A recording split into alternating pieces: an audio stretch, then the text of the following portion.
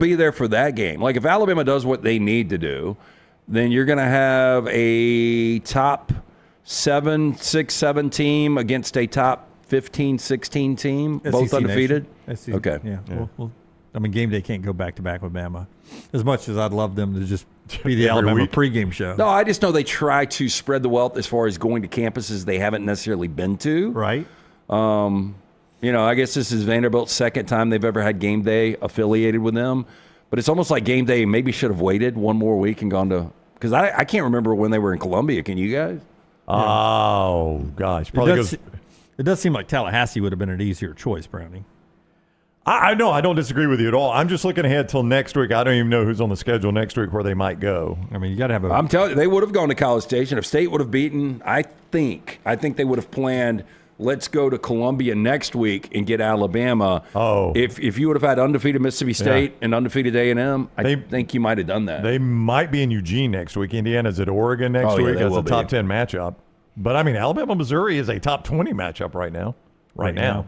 I cannot, man. Indiana, Texas, Oklahoma's next week. Red River, Red River. Is that next week? Yeah, it is. Yeah, they're definitely at the Red River. Yeah, well, let's see if Texas loses. Never mind, I missed that. You don't think that hurts if Texas loses? Yeah, but it's the ABC game, and Indiana-Oregon is the CBS game. I think they would probably go Red River. Dude, how fascinating is Indiana-Oregon? It's one of the reasons I was supposed to go to the Auburn-Georgia game next week. We're going to be over there at Sky Bar 11-2, and I was just going to stay the entire weekend, and then I started to look at the games, and I'm like, I know, it's 11 o'clock, Alabama-Missouri, 2:30, Indiana-Oregon. Like, I can't miss these games. Yeah, 11-2 Sky Bar next Friday, and it's Friday, not Saturday, but we'll be at Sky Bar Auburn next week, 11-2, getting you ready for Georgia down to Auburn. Hopefully Georgia survives Kentucky, and that stays as a big game on the calendar for the Dogs and for the Tigers.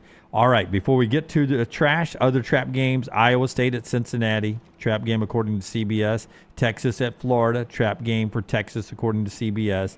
Miami at Florida State, trap game according to CBS for Miami. And Texas Tech at Houston, trap game for Texas Tech according to CBS. I don't want to kill any more traditions we have in college football, but you know what you don't have in the NFL?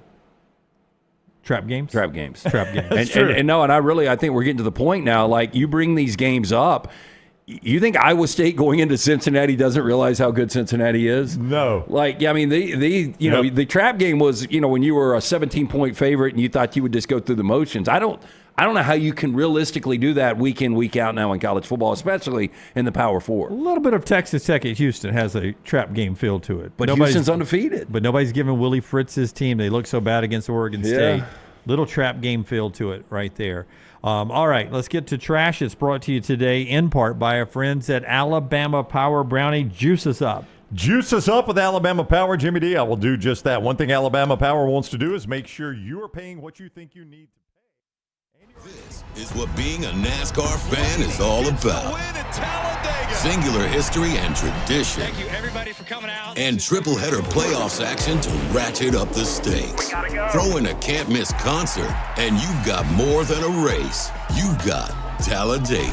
NASCAR Playoffs Weekend at Talladega, October 17th through the 19th. Get your tickets now at TalladegaSuperspeedway.com. Ticketmaster, the official ticketing partner of NASCAR.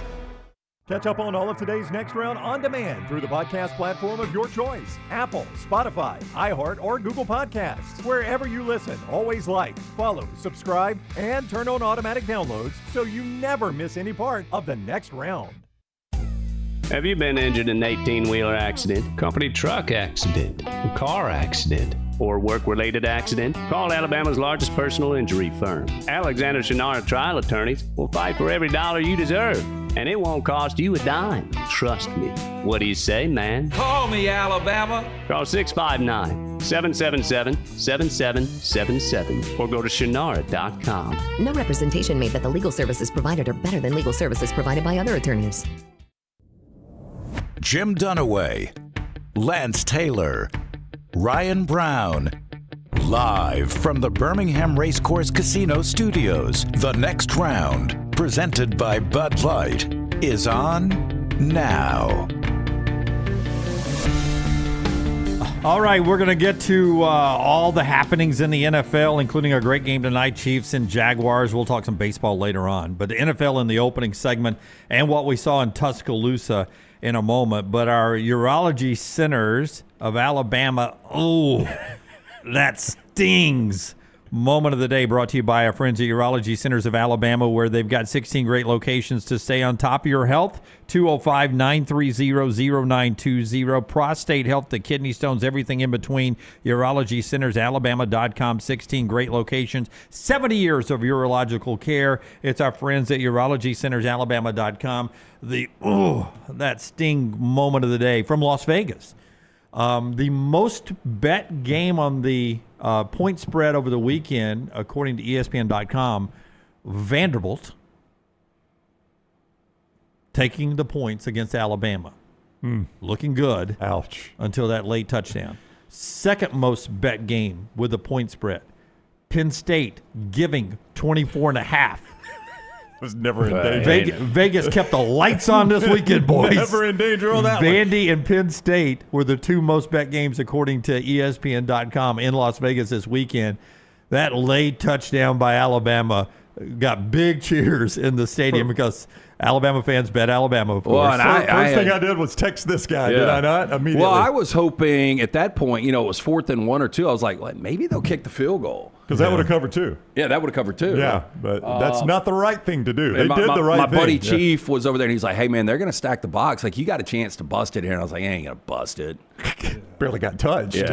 He's going to fall down. The most explosive play of Alabama's rushing attack of 2025 was probably that final play. Look, that kind of is understandable. That game hovered around the number pretty much all day, and Vanderbilt is a really good team. But what happened to Penn State makes absolutely no sense. None. Yeah. I mean, it just, when you're down 27-7.5 and they came out and they showed the fight, and, I know Jerry Neuheisel got all the credit, and good for him, because it seems like Nico finally played like a 5-star guy. But I can't explain how Penn State, coming off such a disappointing home loss, and when you finally had the fan base saying, I just don't think he's ever going to get over the hump, all he can beat is shitty teams. Nope. And then he goes out and loses to one of them. Nope, he cannot. 56-3. Before we celebrate Neuheisel, and you guys are really, really close to Rick, I do want to point one more gambling thing out. Confirmed from Hard Rock Casinos, Hard Rock Casino in Vegas. One guy put $250,000 on the Penn State money line to net $7,500. Why do you even do that? You don't. I mean, none of that has ever made sense unless it's just somebody, trying to be a big timer, and he's got a cabana and he's showing off his $200,000 ticket to a bunch of skirts that are running around that know nothing about sports gambling, and he's like, I've got this out there. I mean, to risk that, like, the risk versus reward makes zero sense. Yeah. So he bet $250,000 he put out. I love seeing stories like to this. win $7,500. I mean, it's such a Jim Dunaway moment, right? Yeah. It seems so easy, Brown. I can make $7,500. All Penn State has to do is win. They just got to win the game. Big at UCLA. No, I think it's wiping your ass with a ticket, doing it the other way. Like, I've got $1,000 to win $200,000 with this live dog winning outright, but I would rather see you do that. Yeah, to gamble on UCLA shocking the world. Yeah, insanity. I tried to, for doing 4 downs, I was like, is there even an upset in that realm this year? And there's not. Like this year? Yeah. Oh, no. Well, I've got the point spread ones right here. UCLA is now number 1, 24.5 over Penn State. But they're done now. Like the magnitude of not only the cover, everything, Penn State is absolutely wiped off the map. They still got to play 2 more top 10 teams. They're gone. One on the road. Technically, I guess if they beat Iowa, Ohio State, and Indiana. Yeah, good luck. Yeah. But I agree with you. They're more likely 7-5 that's right. than they are in the playoffs. Yeah, well, I think it's still going to be difficult to absorb that loss, depending on what UCLA does going forward. Other than that, by point spreads only this year, USF beating Florida was 18.5. That was the biggest one until this weekend. Syracuse 17.5 beating Clemson. You'll see some of these that you guys picked in our That's upset right. alert. Oh, yeah. Yeah, Army beating Kansas State State. 16.5, and New Mexico, which you had, beating UCLA 15.5. So UCLA Both is ends. on here twice on both ends of this thing, and that's just this year. I told Brown, and I forgot the record's like 38 and 38 right now in college football. We're dead even. Atlanta's locked. Yeah, which is not great, but, we're over 70% right now in the NFL. We're 17-7. But college has gotten so freaking difficult. And back to, something we bring up before the season, the top 10 in the AP, how many of these, at least one of these teams is not going to be ranked at the end of the year. And every year we look at it, and I was like, the only one, and I said this, 9 of these 10 could win the national championship. The only one that I could see not ranked is Miami. Miami is now number 2 and undefeated. Yep. Yeah. Clemson, Texas, and Penn State are all gone. And in my opinion, they have no chance. Yeah, they're pretty much dead and buried. Yeah. And it's October 6th. I know. We barely played October football. The halfway point is this weekend, week 7, and LT pointing out that number 1, number 2, and number 4 in the AP preseason, all unranked. Yeah, dead and buried. They've gone from 1, 2, and 4 to not ranked. Okay, that's in the never UAP happened, poll. right? It's become unpredictable, but this is Brooks. another level of unpredictability. 1986, September 16th, 1986, the last time number 1 and number 2 was unranked. Yeah. Brooks was back there before the show. I heard him talking, working on the fastest a number 1 has ever gone from number 1 to outside of the poll. And what did Brooks find out? Are you saving that for later, Brooks? I don't want to spoil a future No, group. it'll be my stat of the day. I'm working on the graphic right now. 1964 Ole Miss. My Preseason gosh. number 1 went 5-5-1. I know we get a lot wrong, but I got a call from our buddy Chip on the way to the Tampa airport on Saturday night. He's like, how in the hell did you know Texas was going to be 3-2 and Oklahoma was going to be 5-0? And I was like, I didn't know it. I just pointed out looking at the schedule and how hyped up Texas was coming into the season, and those were 2 really difficult games. Now, going into the game on Saturday against Florida, I did not see DJ Lagway in this offense completely turning the corner against, and I say completely turning the corner because that is an elite defense they were playing against. 427 they put on him. Yeah. And Lagway looked fantastic, and Arch looked just as bad as he's always looked. Yeah, But I got to say, I enjoy Texas struggling like this. I really do. It's not a bad thing. Makes your hits with the boys in Austin a lot more entertaining, I bet. It makes it a lot more fun for you to jump on with those guys when they're not as world beaters like they have been the last couple of years.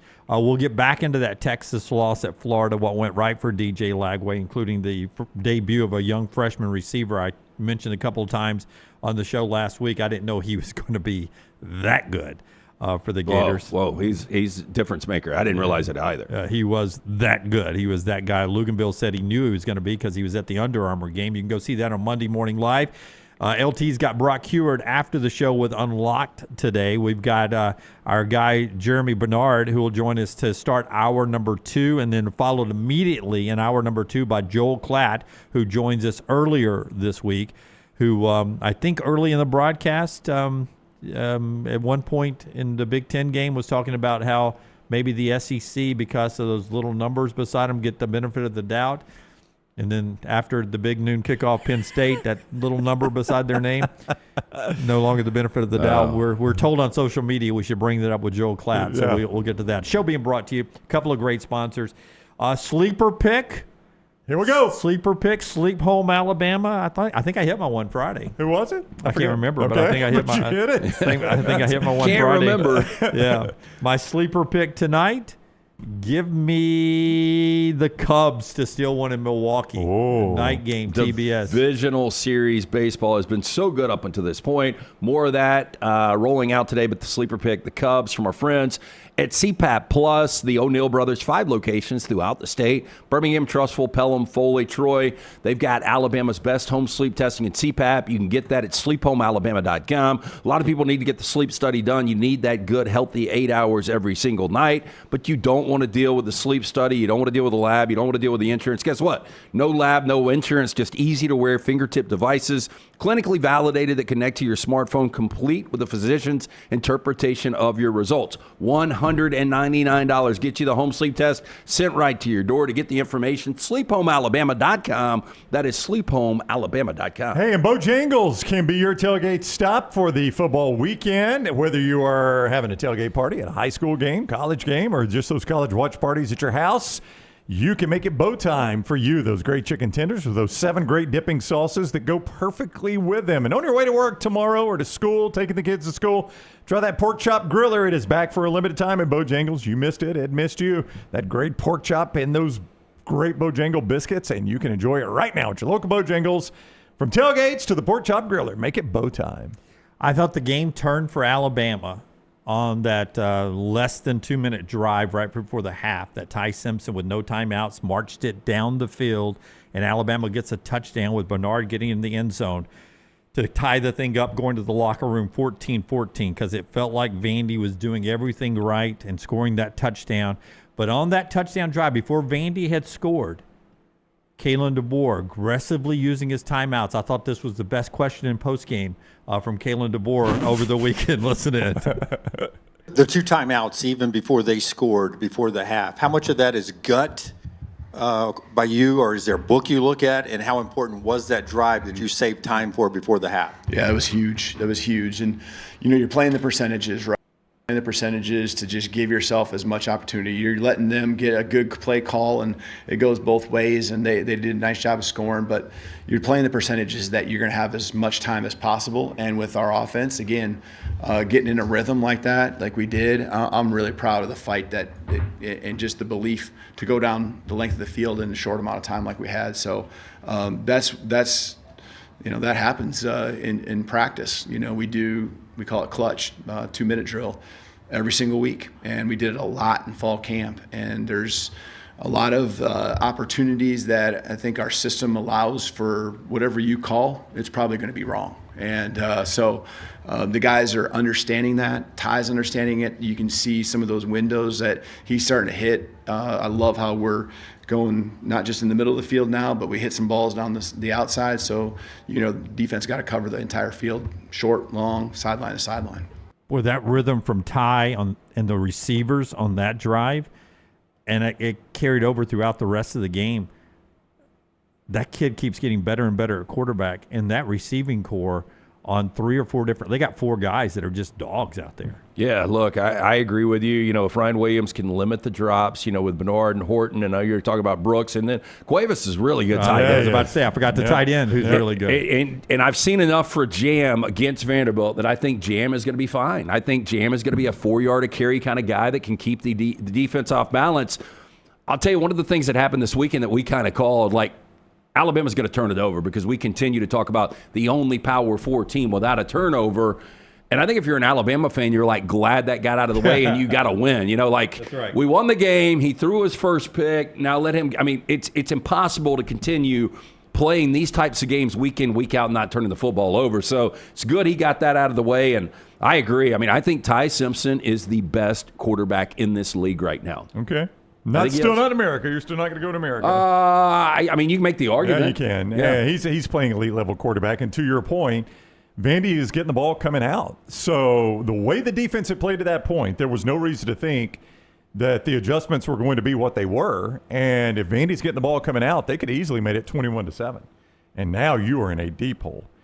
I can't believe we talk about Vandy in these terms, but this is the truth. So, yeah, that drive at the end of the half, I agree with you, was probably – the 2 red zone turnovers decided the game. But on Alabama's terms, just strictly Alabama, that drive before the half, I think, probably was the game-changing moment. There's no doubt because Vandy didn't score again. You've got enough at least to get in overtime at that point, right? That was going to be your worst-case scenario, as it turned out. But to your point, they scored, and if you don't use those timeouts, and that's the way the half ends, you take a kneel down and say, okay, 14-7, let's regroup. Well, Vandy's getting the ball first. Yeah, and it feels like the game's almost in the balance at that point. Yeah. If Vandy drives down and scores and goes up 21-7, number one, are you going to be able to hold them to 21? At that moment, you would have said no. Number 2, are you going to be able to score 14 more? That was a struggle for Alabama Saturday. I don't know where you guys were at halftime, thinking about this, but Vanderbilt had 14. It seemed like they were going to go for around 30 points plus. Yeah. And then the Alabama defense completely locks them down in the second half, and I can't figure out Kane Womack's defense. Look, it is so puzzling. To hold Vanderbilt to 14 points is pretty incredible. Well, especially those 2 big gash runs in the first quarter. One to the house, and then Pavia, if he had better speed, would have been to the house. The way that was in the first quarter, for them to shut down the running attack in the second, third, and fourth quarter, But Luke's and I talked about it on Monday Morning Live. I love y'all's thoughts about this. It seemed like a lot of the fans who were watching the game, I saw on social media interacting with us at Next Round Live, they felt like Vandy almost went away from the run as the game went on. I don't know if Alabama was taking it away from them and they chose to pass it, but they didn't run the ball as much in the second, third, and fourth quarter as they did in the first quarter. So the yards were different, but Alabama took that run away in the second, third, and fourth when they didn't do it in the first quarter. I mean, look, I agree. They only ran the ball 15 times. 15 designed runs, 38 passes, or 35 passes, 18 rushing attempts. Basically 2-1. That doesn't make any sense. That's not the way Vanderbilt's been winning these games. Well, I wonder if part of it, too, is they didn't see the ball hardly at all in the second half. I mean, Alabama's time of possession. They're over 37 minutes of the game. Yeah, the exact as was pointed out by Sean McDonough, the exact thing that Vandy did to Alabama last year in Nashville. What they wanted to do on the road here. That's right. Alabama flipped it right back around on them this year and just held the ball. So I think sometimes, do you think, even as good as Tim Beck is, and I think that guy calls a tremendous football game. He's a good offensive coordinator. Even as good as he is, like if you never see the ball, when you get it back, don't you feel like we got to make an explosive play? We're not touching the football. I can't risk running it on first down and getting nothing, and we're way behind the chains, and I go 3 and out and give it right back to Alabama. My defense, and that defense was gassed. Yeah, I think you gassed. do start to panic a little bit, and you're like, every possession we need to make sure it's impactful, and we score. Yeah, I got to have an explosive play here. My offense is not getting the football. I didn't see Justin Jefferson playing at that level. Ooh. Yeah, a lead on defense. One more thing on the offense, though, and you brought this up with Jam running the football. Hats off to not only Jam Miller, but Ryan Grubb, because he did it against Georgia and he did it again on Saturday. Kept running the football, even if they're just 3-yard runs. And against Georgia, they were 2- and 3-yard runs. On Saturday, it became 3- and 5- and 7-yard runs. Jam Miller continues to get better. They continue to run the ball better, and I think that's Ryan Grubb. One of the reasons why he's doing a great job of calling plays and Ty Simpson's doing a great job of throwing the football is because Grubb continues to run the football. What you just said, Justin Jefferson, so good. That strip, that's inches. And that's a game-changing play right there. Game-changing play, yeah. That is inches. I mean, he was fantastic. And I'm still trying to figure out who the leader of this defense is. Like Deontay Lawson's obviously Deontay Lawson. I still think he's got a little lingering effect from the injury. We talked about this last week. I think Tim Keenan is the heart and soul of it. He's the heartbeat. He seems to be an emotional leader. Yeah, he's an emotional leader. I mean, Bray Hubbard's obviously really good. LT Overton. Yeah, Keon Sabb. I mean, I think there might be a lot of leaders on that defense. I'll tell you who's a dog. That's that James Smith kid. He didn't play in the first half he because did in the second half. But in the second half, salivating on the sideline waiting. That kid can play. Alabama could go on and win a national championship this year, but I think when you look back and you do. Like they're 5-year, 10-year, 20-year, all defensive team. None of these guys would be on it. Probably not. It is a puzzling defense to figure out. Like you watched in the first half, you're like, well, Alabama can't defend the run, and then boom, they take the run completely away. Yeah. And you're like, well, then they're throwing over the top. No, not really. I mean, Alabama defended the pass against Vandy just as well as they've defended it against everybody. Nobody's throwing on Alabama. And it's not like they're a sack machine. I mean, they got Pavia down. Yeah, they got Pavia down one sack. That one time. I mean, it's not like they're just pressuring the passer left and right. It's a hard defense to figure out. But I ask you guys this about the Georgia game. What letter grade would you give that defense? And I think you went B+, you went solid B. What would you give it Saturday? B+ again. I'd go A- this time. See, again, and again, I'll say the same thing I said after Georgia. Anymore in college football, if you hold a team to 14 points. Oh, I don't care who you're like playing I would have with. gone C- D first half and then A+ second half. Yeah. I was physically ill because I had a little skin in the game because I'd run my mouth to the Vandy fans. Don't remember, by the way. I'm proof of that. But I was a little physically upset in the first quarter when those 2 gap runs. I was like, what in the world? And then they shut it down. So, I'm telling you, if you play a conference game, Jim, and you give up 333 and 14 points, to me, that's an A. That is it may not look exactly like you want it to look. You may not want to see those gash runs. You may say, well, if not for 2 red zone turnovers. But, defense creates those turnovers. Keon Sabb made a savvy play. Yeah, and I still don't think 30-14 resonates with the rest of the country. I don't think people realize how good Vanderbilt is. I agree. That That is really important there. Cole Kublik, I saw, said that on I think he tweeted that, and I've seen several other people say it, just like what you said, that because of the name, they're not going to get the credit for the quality of team they beat this weekend. I will give the AP credit, though, keeping them in the top 20. Yeah, I wouldn't have dropped them. Because they are a top 20 team, no doubt. Now, they dropped from 16 to 20, but, not a significant drop, and I don't think they should have been. I wouldn't have dropped them. I would have looked at it and said, if you go to Tuscaloosa and force Alabama to play a full 60, because I believe Alabama's a top 5 team, you force them to play a full 60, I'm keeping you right where you are. I'll be interested to see where our SEC power ratings are and where we've got Vanderbilt. Okay, we'll get to that later in the show. One more thing from Tuscaloosa and then the NFL after we tell you about a couple of great sponsors. One of them is our friends at Michelson Laser Vision. 205-969-8100. I had some friends in town. He got the procedure. We were talking about this yesterday randomly. He got the procedure back in COVID. And his vision's still incredible. Look, if you wear the glasses, you wear the contacts, you're wasting money each and every year. Look, I'm speaking from experience. I did the same thing. I had the contacts for about a decade, finally got the LASIK procedure done in 2003. I still have 2015 vision, better than 2020. 205-969-8100. Very important. Ask for Amy. Tell her the next round sent to you. She is going to hook you up with a hassle-free consultation. You have zero to lose to find out if LASIK is right for you. 205-969-8100. Or MichelsonLaserVision.com. Our guy Alexander Shinara, Birmingham born and bred. He's an Alabama guy, and he wanted to make sure he took care of his home state. So he headquartered his firm right here in Birmingham. Been there for more than 25 years. They've grown to more than 150 lawyers, supported by more than 500 dedicated team members. And they've recovered more than $2 billion by maintaining Alexander's core values: integrity, mastery, passion, and success. If you find yourself in need of an attorney, Alexander Shinara Trial Attorney is the place to go. You pay nothing unless they win your case. Shinara.com, Shinara.com.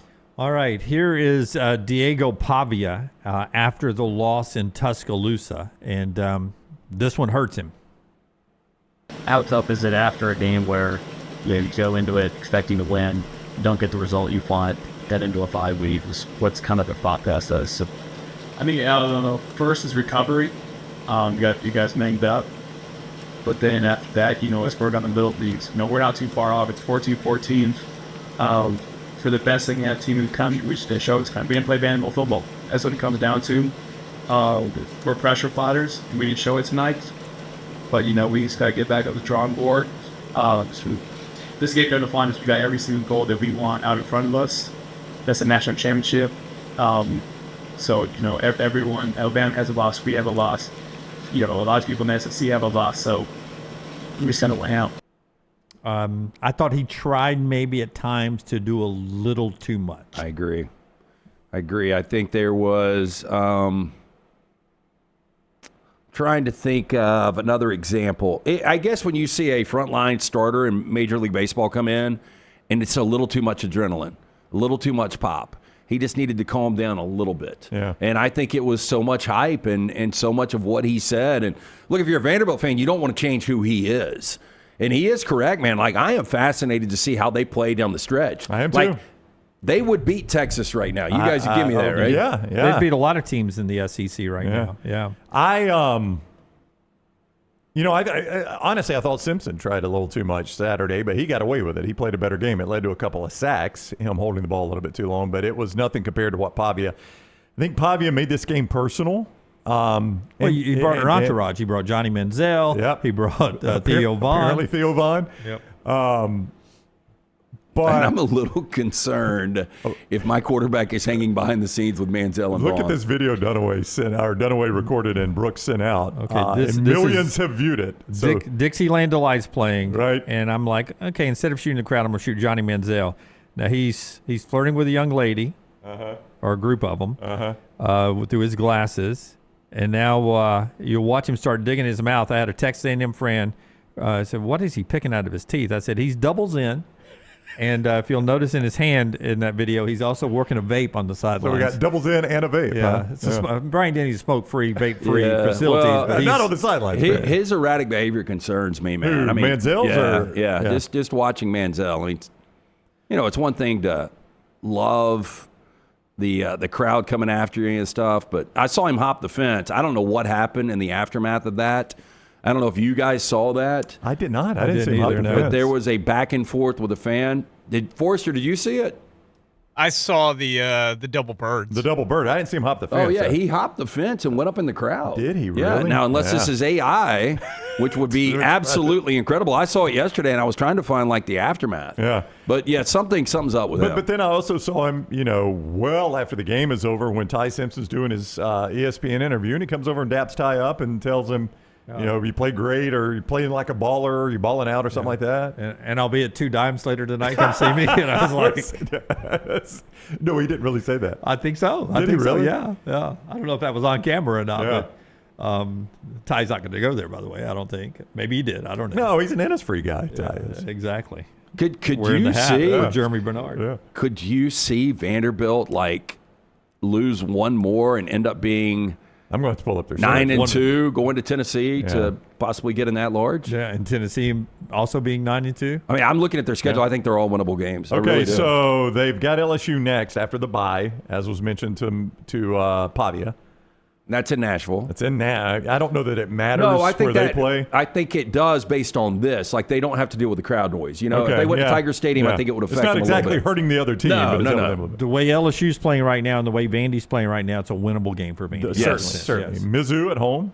Don't know about that. We're one about yet. to learn a lot about Mizzou. They have played a pretty favorable schedule to this point. Let's say that I for know, the I next know. segment because Okay, I want to okay. jump knee deep Okay. into that. At Texas, which the way Arch is playing right now, he played better in the second half, but he wasn't just not good in the first half. He was flat out bad in the first half. He's not a good quarterback. I don't know what's going on with that because it doesn't make any sense. We had this discussion, at the house. A bunch of us I think he's being poorly coached right now.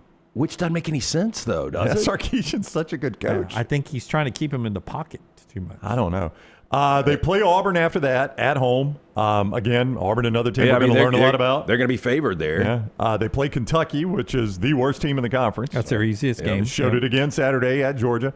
And then they're at Tennessee. Yeah, I'm just saying, There's of some those winnable 5, games left. they could be 4-1 in those 5 and with a chance to play their way into the college football playoff. They could win them all. Oh, they could, yeah. They could win lose them them all. They could lose them. Oh, Maybe yeah, not yeah. Kentucky, but they could lose them all. Yeah. I mean, that's the SEC right now. That's the SEC this year. Yep. That's a great point. That's the SEC right here this year. Also, great moment in Tuscaloosa. Also at Troy, those guys that honored from the College Football Hall of Fame, they were in Tuscaloosa during the day, at Troy at night. Nick Saban and Larry Blakeney going in. This is the Saban ceremony on the field as they present with a permanent plaque that will stay there at the University of Alabama. Nick Saban becoming the latest Alabama figure to go into the College Football Hall of Fame. A great moment there on the field. And who's in the plaid? Is that Sean Hannity? Over to the left? No. He's from the College Football Hall of Fame. I don't know his Sean name. Hannity, Reese Davis had a kid. Yeah, that's that great moment there in Tuscaloosa. All right, NFL coming up in that next segment. We will get to that. It seems like there's one other thing. Do we have the Dave Portnoy tweet? Or is that too aggressive? Yeah, too aggressive. Too aggressive. Yeah. Portnoy was too aggressive. Had a couple of F words. I think he was on Vandy heavy in the gambling Oh, side, too. I think we can handle rolling that out. Had an F-bomb. in So he it had and stuff. Vandy. He had Vandy, huh? And he too thought that maybe Pavia did a little too much. Okay, let's do. We'll make this before we do Hemp Hill Lock of the Day. Show me a little celebration with Neuheisel's kid, because you guys, I didn't see it live, so I saw it on replay. Rick watching from the New York studios of his kid, and we can't show you that because it's CBS. Yeah, and let me say this: I don't even know who the interim coach is, but I don't boy, he either. got upstaged by Jerry. Didn't It's he? like Neuheisel won the game. Yeah. Like they were carrying him off the field. Like I literally had to check. I was like, did I miss? And they named him the interim coach. Jerry Neuheisel's the kid. First off, Forrester, do we have Jerry Neuheisel when he was carried off the field the last time? 2014 as quarterback, he upset Texas at UCLA, and this looked familiar. They carried him off the field just with the same picture like they did on Saturday. Hilarious. Isn't that not crazy? Yeah, That the is sad crazy. thing, nobody in the crowd gets to see it. And then they carried him off the field again. You know on the Saturday. difference. Back then when he was getting carried off the field against Texas, you guys will remember the old Pac-12 network, and it was like Rick was watching in like a cafeteria with like one TV. It was just such an indictment on how piss poor the Pac-12 network was run. But you remember they kept doing those cuts and showing him, and they did it again on Saturday, a little bit different this time because he was in the CBS studio. Yeah, so cut 13. This is Jerry Neuheisel, who apparently gets to address the team as well. I guess so. This is the part that confused me. Is he the coach? Is he the head coach, not Tim Skipper? But here's Jerry Neuheisel, who played for UCLA and got to lead this ceremony. Do me a favor. Repeat after me. It's a great day to be alive and be a Bruin. It's a great day to be alive and be a Bruin. I said it's a great day to be alive and be a Bruin. It's a great day to be alive and be a Bruin. I said it's a great day to be alive and be a Bruin. One, two, three, four. That is awesome. What a great moment that is right there. I think he's staying a little bit away from the coach. I agree, but UCLA's letting him. And he unlocked Nico Iamaleava. Amazing. He made him a willing runner. I mean, that's a good, what I thought was a good Penn State defense, and they carved them up, Lance. Like, I kept thinking, God, I wish Alabama would put this game away so I could move that game to my big screen. I had it on the side screen, and Alabama never could put it away. I mean, it was just so fascinating to watch this unfold because, to Lance's point, Penn State comes back at the start of the second half. You're like, well, that was a nice effort by UCLA, but, man, they never packed it in. It was crazy. Yeah, I looking forward, and I know they just beat Penn State. I don't think they won another game. UCLA, yeah. You love doing this. You did this. I State don't, too. though. Well, I see what you're saying. Yeah. There's a reason why Michigan they were 0-4. State, Maryland, Indiana, Nebraska, Ohio State, Washington, USC. I just don't think they win another game. I don't know if you're aware of this. When they scored to go up 7-0, that was their first lead of the entire football season. Like on the clock. The first time they ever had all season. They had not led a game all year. And by the way, they've played UNLV, they've played New Mexico, and they played Northwestern. That's right. And they had not led a game all year until they were up 7-0 on Penn State. Yeah. I mean, that's remarkable. I will pull it back. If Nico plays like that moving forward, I think you saw more of the UCLA defense we will see in the second half against Penn State, the remainder of the season. But if Nico can play like that, I mean, they can be in games, no doubt. This is not a terribly appealing job. Is it crazy to think that if they showed some life that Jerry could get this job? Well, I mean, they're cheap. That's what I'm saying. Yeah. There's a lot that will drive people away, and Jerry would take it for a bargain. I mean, is it crazy to Jerry think about that? 30 even? I think 33. Is he 33? Okay. I thought maybe he was I'm in wrong. his 20s. 2014. Let's say he was 21 then. Yeah. What would that make you? That'd make you 32, right? Here you go. I've got it. Is there a chance though, Jim? I mean, that's not an appealing job. He looks so much like his dad, doesn't he? He does. I mean, he even talks like his dad. He smiles like his dad. Yeah. Look just I like saw his him. dad. I saw him doing post game, not just in the locker room, a press conference post game, and it sounded like Rick talking. It's crazy. Lance'sLock.com. You can play the game tonight. Baseball. You got the Chiefs and Jaguars 7:15 on ABC. Chiefs a 3.5-point favorite in that one, and then you have the National League Division Series. Dodgers and Phillies this afternoon on TBS. Cubs and Brewers tonight.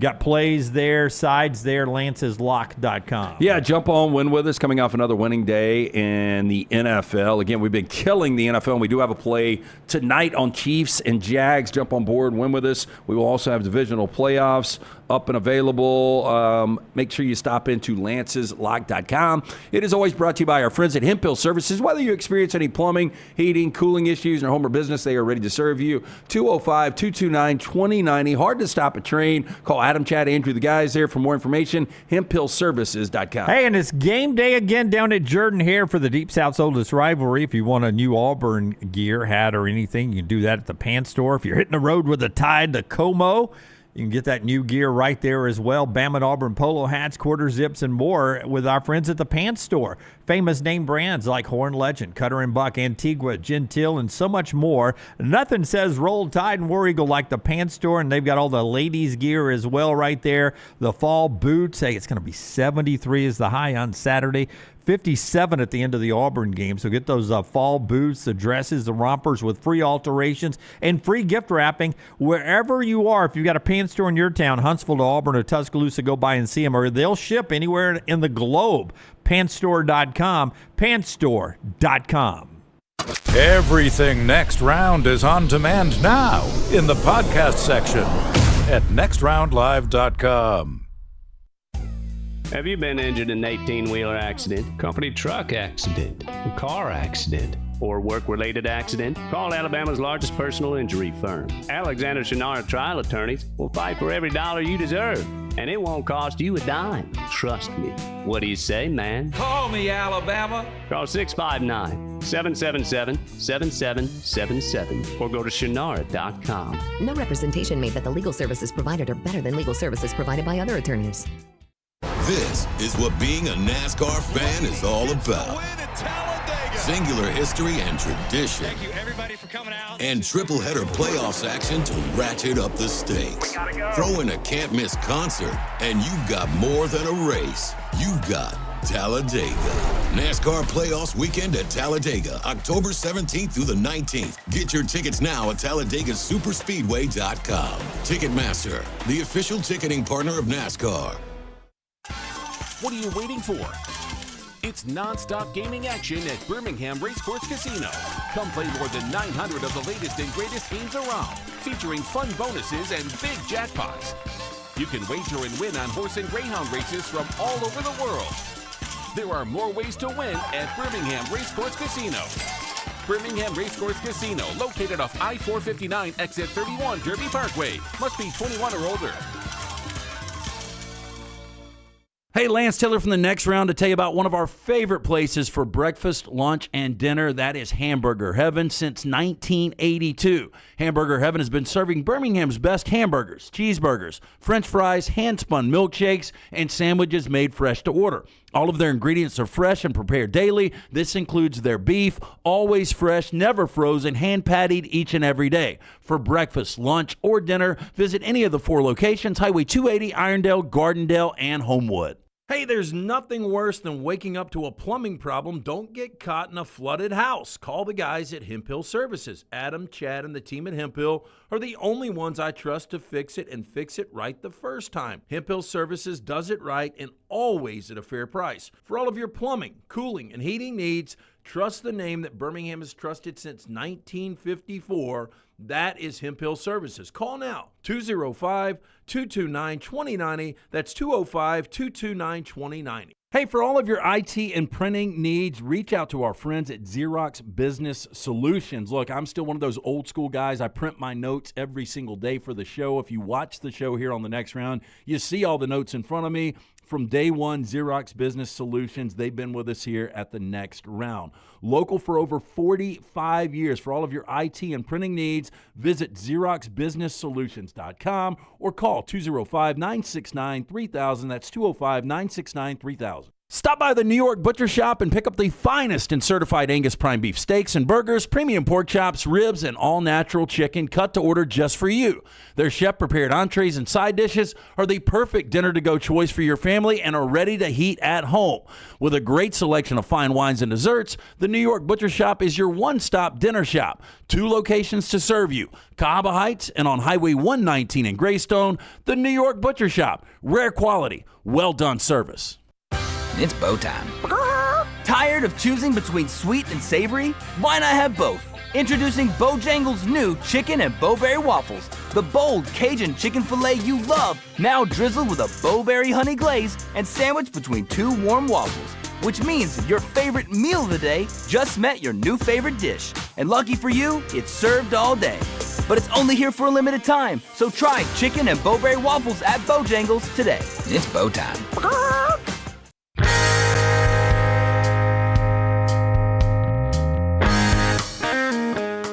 All right, little Grace Tree Service here. Everyone is texting me. My bad. I'm easily fooled when it comes to this stuff. Here is Johnny Manziel not jumping in the stands. Forrester tells me this is AI. All right, but that's real right there. Yeah. I saw him do that. There it goes. So when I saw this, I was like, I mean, it was a pretty smooth jump. I was like, okay. I mean, that's a little too smooth. Yeah, a little too smooth. Yeah, you're right. Okay. I don't know what his vertical was. LT, he'd still be playing the league. I mean, from this point right here, look how quick he's up in the stands. No, but I mean, that's 100 yards. He was a great athlete back in the day. That's a Heisman Trophy winner. Yeah, that is real. I saw him do that right there. Yeah. I saw him do that. Yeah. By the way, this bullshit should be illegal. We shouldn't be able to do AI like this. That is scary AI. That's no joke. Like I saw him when he did that. Yeah. The double birds. Yeah. I did not see that part. Yeah. because that didn't happen. That's our Grace Tree Service. Dead Yeah, one of the laugh day. it up, laugh it up. Hey, look, from the removal, the trimming, the health, you care for your lawn, care for your trees as well. Our friends at Gray's, they can help out with this. Family owned and operated right here in Birmingham for the last 25 years. Experts in the high-risk tree removals. I had 4 pines extracted. John Mark and his crew did an incredible job. Trusted by nearly every golf course in town of the Birmingham Zoo. No competition. Call 205-255-1239. You can scan that QR code right there or just visit graystree.com. Okay, I want to get to the NFL. We got Jeremie Bernard at the top of the hour to start hour 2, and then Joel Klatt all in the same hour. But I gotta bring this up. There was a rock band called Three Dog Night back in the day. And the lead singer was like 75 pounds on heroin. Yeah, and they had one song, Joy to the World, maybe a couple other songs. Awful song. Three Dog Night.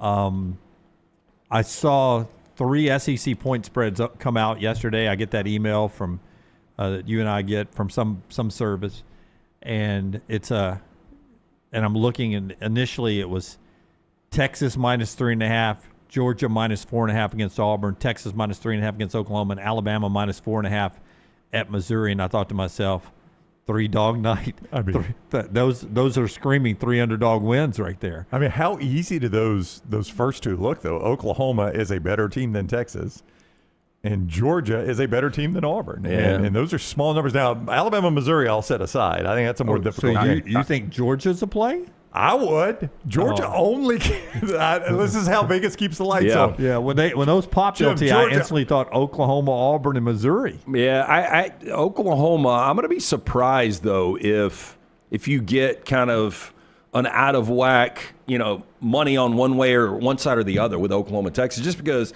Texas has been so bad and Oklahoma's been really good, even with Hawkins at quarterback. The one that is going to be lopsided is everybody's going to play Alabama, and I think Alabama's probably going to lose that game. But I said that last It's week. down to minus 3. So It's 2.5. I'm looking at 2.5 right now live, 52.5. At mybookie.ag, minus 3 Alabama, minus 3 Texas. So that one's all the way down now. Auburn, Georgia is down to 3.5, so it's dropped half point too. Yeah. From where these initially opened. Yeah, 3 Dog Night, baby. 3 Dog Night. I mean, this is Auburn season, much like last weekend was Florida season against Texas. Yeah, and so it worked. If Auburn loses this game, they are absolutely dead and buried. And I think if they lose the game going away, I think Hugh Freeze will be fired on Sunday. Just my opinion. But boy, where that number sits right now, if you're an Auburn fan, you got to feel like, hey, we're in this. It's going to be a great Saturday night in Jordan-Hare. I told an Auburn fan at church I'd seen. Weird place to talk about this, but I'd seen an early number that was Auburn minus 4, and I was talking to an Auburn fan yesterday as we were leaving church, and I said, "How do you feel about the Georgia game?" He goes, "Well, it's October and we're Auburn football." He said, "So not good," and I said, "It's only like Georgia's only a 4-point favorite," and he did the old double take, like, you kidding me? I can pay for my kids' college. Georgia's only a 4-point favorite. Yeah, it's a screaming 3 Dog Night there. Okay, we'll get to the NFL. The show being brought to you in part by our friends at mybookie.ag. They bring you those point spreads that we were just talking about there. That's right. You'll be able to play those games right there at mybookie.ag when you sign on using code NEXTROUND at mybookie.ag. You get that bet back bonus guarantee. Going to tell you about that in a second, but maybe you want to do it tonight for Jacksonville. I mean, my gosh, they're catching 3.5 at home. Chiefs giving Jacksonville 3.5. Don't know why Jacksonville looks better than the Chiefs so far, don't they? 3.5. Yep. You can play that right there at mybookie.ag. Code next round when you sign up for mybookie.ag, and you get that bet back bonus guarantee. They cover your first bet up to $500.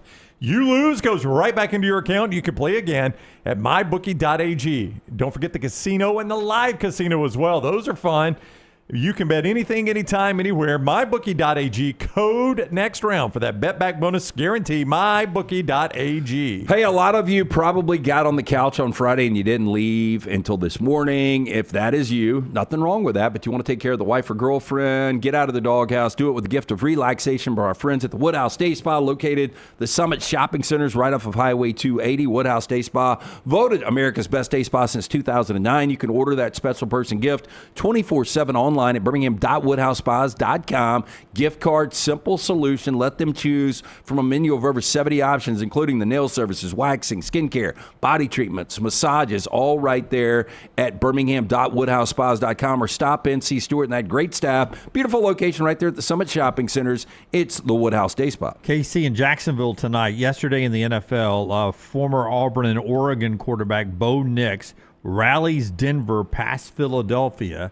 Big win for the Broncos there. Yeah, I mean, look, down 14 in the fourth quarter. They're able to come back, and I just thought it was fascinating that Sean Payton goes for 2 with half a quarter left. I loved it, though, man. I didn't understand it, but hey, look, it worked out, and the degree of difficulty on that toss from Bo Nix right there in the corner was pretty high, I thought. I was shocked they went for 2, but it did work out. Jim Nantz called him a star in the making. Called Bo Nix a star in the making, huh? Yep. I didn't have the volume up on that. I mean, look, he's playing at a high level right now. I mean, I don't know. Again, the NFL is kind of like college football right now. Yeah. I think, after the Bills lost last night, after the Eagles lost yesterday, we've got no undefeated teams. Patriots beat the Bills last night 23-20 as Drake May outdueled Josh Allen. He did. That's as bad as you're going to see the Bills look. A bunch of penalties and turnovers. Oh, the penalties were awful last night. But Drake May, real deal. Now they're sitting at 3-2, and I think Vrabel's done a really good job of turning around a team when you start to look for playmakers. You do have Diggs there now. You've got Travion Henderson, so you're relying on him in the backfield. But Drake May, without accounting for a touchdown last night, they find a way to win in Buffalo. That's pretty crazy. That is crazy, yeah. A couple of embarrassing games. One of them, Daniel Jones and the Colts, 40-6. They embarrassed Pete Carroll and the Las Vegas Raiders. I mean, this is one of those situations where it's sort of sad to see Pete Carroll going through what he's going through with the Raiders right now. Well, look, they got the bad goods on Geno Smith, and no Brock Bowers yesterday, and now all this pressure is going to go on Ashton Genty, and I just don't know if he can carry the load with a bad quarterback right now. And 40-6. I would say this though: watching the Colts last week against the Rams, give one away to the Rams in SoFi, I could tell watching them they are so well coached. The Colts are real. They are for real. They're legitimate. And there is a chance now in the AFC South that you might get 2 playoff teams. We'll see what Jacksonville does tonight. But I think Jacksonville's good, and I think the Colts are good. I discounted the Colts week 1 win. Everybody was big on them week 1 after the Dolphins. I'm like, guys, Dolphins' defense is the worst in the league. It's not. Baltimore's is, oddly. But I have to come back and say the Colts are for real. I mean, that's a heck of a win. It's some weird, not that it affected the play of the game, but that whole Mark Sanchez thing around that Colts game was super weird. Yeah, it was. Since you brought it up, that was, for those that missed it, Mark Sanchez gets arrested in a stabbing pepper spray altercation that I don't understand why it happened, because it's a delivery truck parking in an alley, and he's at a hotel. Yeah, it's – I mean, look, I can speculate all day. This dude's 69 years old that ended up stabbing him. Maybe Sanchez had a couple of beers and, I don't know, man. Maybe on a med and everything comes together and, he sees this guy and they have words. But through video and everything, it's Sanchez the one that's facing. That's what I'm saying. He gets arrested in the hospital. Yeah, but I'm saying like something for them to come cuff him to the bed. I know. Yeah, that's crazy. Like when I first saw it, my immediate speculation was he got into a confrontation with somebody at a bar and somebody pulled out a knife and they stabbed him. Or he was getting mugged or something. Because when the story broke on a college football Saturday, that's what everybody was saying. It's like, oh my God, Mark Sanchez. Dude, I have had the opportunity to meet him one time, and it was actually at Odie's after trivia, and hung out with him for like an hour and just talking UFC and NFL and stuff, and seemed like a very low key Southern California kind of guy. To have him go after a 69-year-old delivery, insanity. Man, yeah, I don't know what's going on there. I don't understand it. It's scary. Yeah, according to videos, the report, he was upset that the guy was parking in the alley on a delivery, a box truck. Yeah, so odd. Yeah. Anyway, back to the NFL. Texans. They beat the injured Ravens. They're in the AFC South too, aren't they? They are. Yeah, they are. Jaguars, Colts, Texans. I'm not buying the Texans yet. 44-10, they beat the Ravens, who now, you look at them, I guess you still say there's a path to the playoffs because of their division, but they look broken. Go to my bookie right now. They're still your favorites to win. The Ravens are to win the AFC North? Minus 110, right in front of the Steelers. It's close. The speculation is, and boy, as a Rams fan, I'm not one of those, hey, I want to see him at 100%. I want Cooper Rush back out there. And, the hamstring injury, didn't practice this week. They need him back sitting at 1-4. But they've got a bye week coming after the Rams. So what would you guys do if you're John Harbaugh? Would you rest Lamar one more week with the hamstring against the Rams, or would you try to push him back before the bye? No, I want him healthy when he's back. I would do whatever I think gets him 100% healthy, because to Jim's point, that division's not exactly setting the world on fire, and that's my only path into the playoffs right now is winning that division. So I do whatever gets him healthy. Yeah, and I'm fascinated to see what Harbaugh does, just because they're in such desperation mode at 1-4, but they are still your favorites to win the North. I'm looking at it right here. And that's crazy. A small favorite over Pittsburgh. One reason I hate social media nowadays, other than the political side of it all, is it divides our country. It also divides us in sports, where, just because you've got a phone, you can say things and then you get picked up on by legitimate news outlets. People calling for Harbaugh to be fired at Baltimore. Come on. I mean, that guy's been terrific. It's like you lose a game, and everybody wants you fired for one game or 1 year. Please fire him. Yeah. Because you know what I'll do? Beg Miami to hire him. Beg Miami to hire him. Well, you haven't got to the worst him. loss of the weekend, and when you do, I'll bring up the firing. I've never seen a meltdown like I saw yesterday in the desert. It's crazy. Arizona and Tennessee. Let's get to that one. Titans come back and get their first win, 21-6, walking into the end zone, literally walking at the end. Mario DiMercado, am I saying that right? Close to it.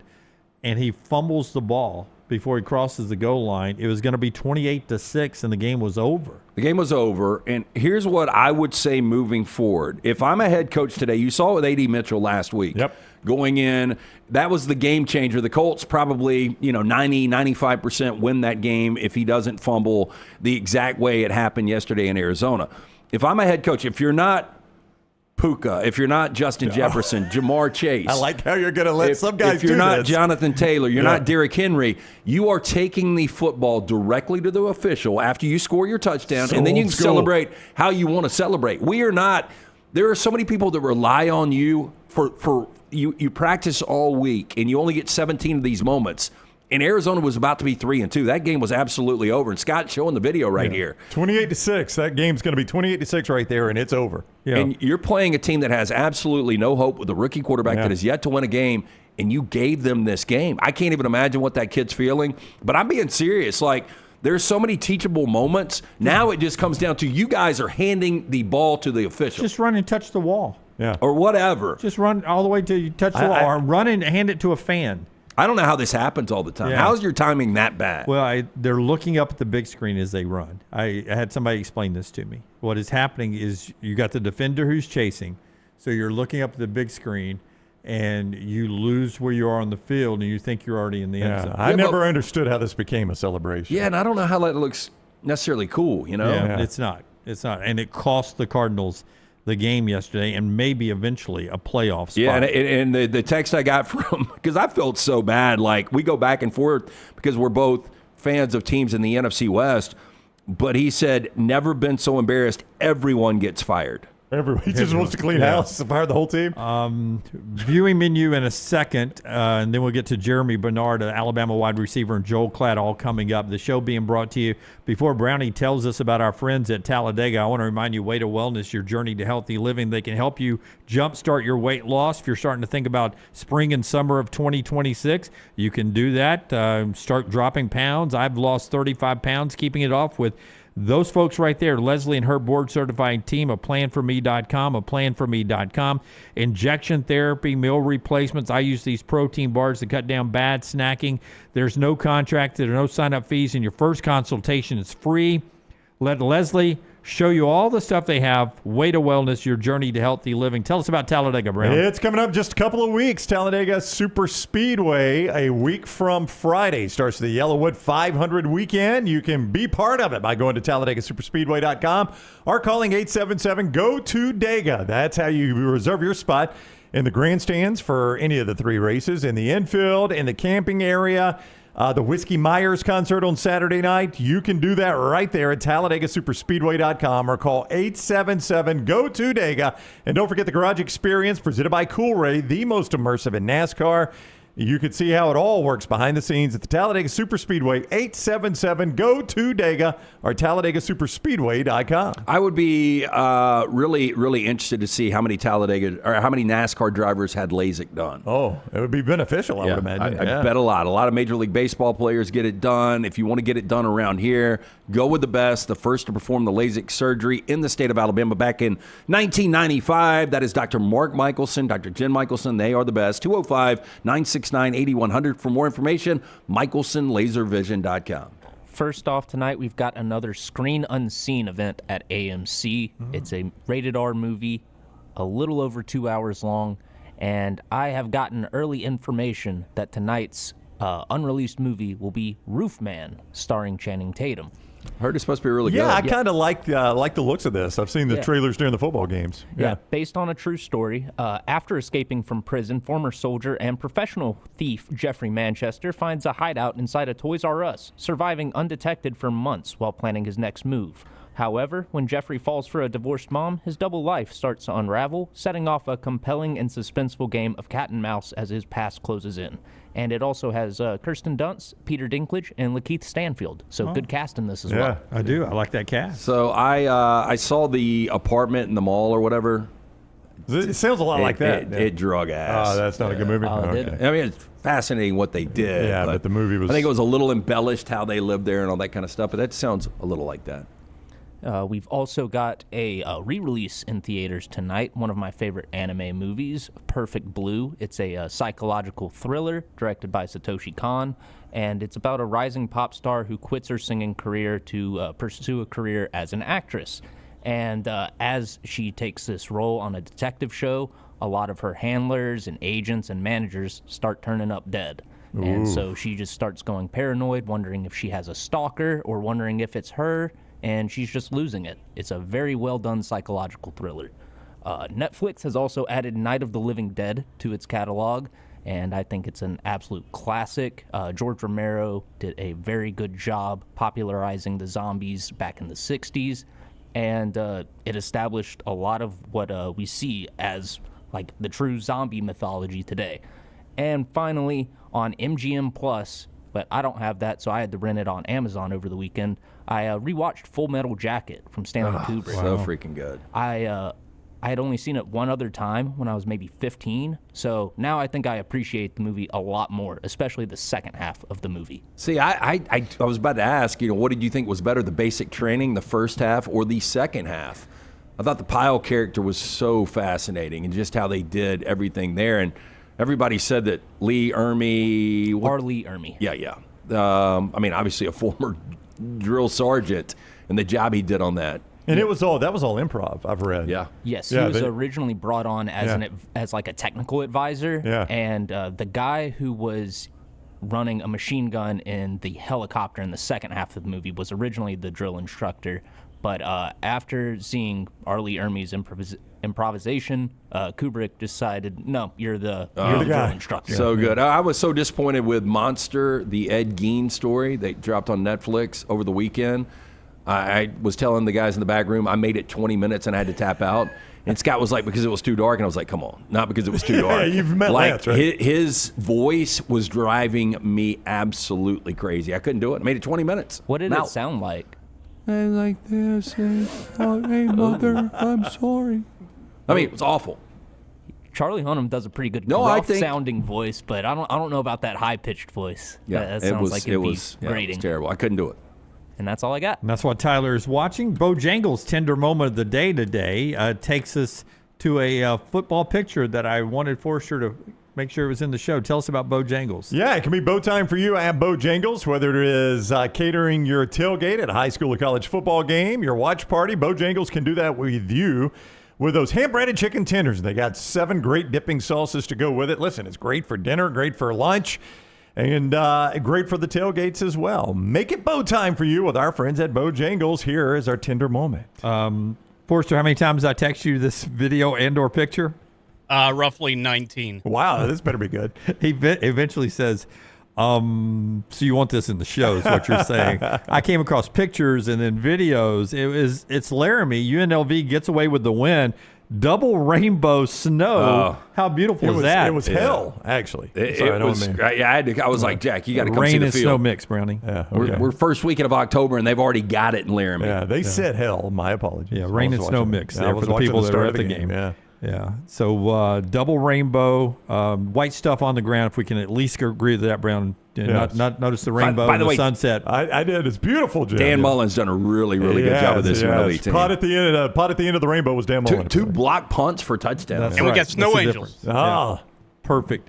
5-0. The kids from the desert come up, and in the snow, the first time since 1974, UNLV's 5-0. We get to Germie Bernard coming up on the other side. This is the next round. Follow Dunaway on Twitter and Instagram at Jim Dunaway.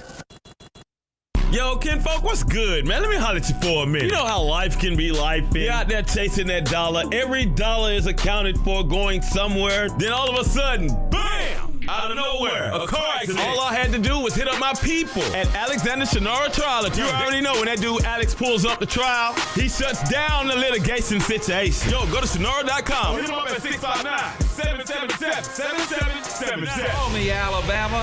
No representation and legal services provided are better than any other provider. This is what being a NASCAR fan is all about. Singular history and tradition. Thank you, everybody, for coming out. And triple header playoffs action to ratchet up the stakes. Throw in a can't miss concert, and you've got more than a race. You've got Talladega. NASCAR Playoffs Weekend at Talladega, October 17th through the 19th. Get your tickets now at TalladegaSuperspeedway.com. Ticketmaster, the official ticketing partner of NASCAR. To everyone who craves a fresh meal made just for you, let our team member Jacob share what's special about Culver's. In Wisconsin, our food comes from the heart, and taking the time to handcraft your meal with care is how we've always done it at Culver's. It's why your Butterburger doesn't touch the grill until after you order. Come to Culver's and let us serve you a Butterburger made special just for you. From Wisconsin with love, welcome to Delicious.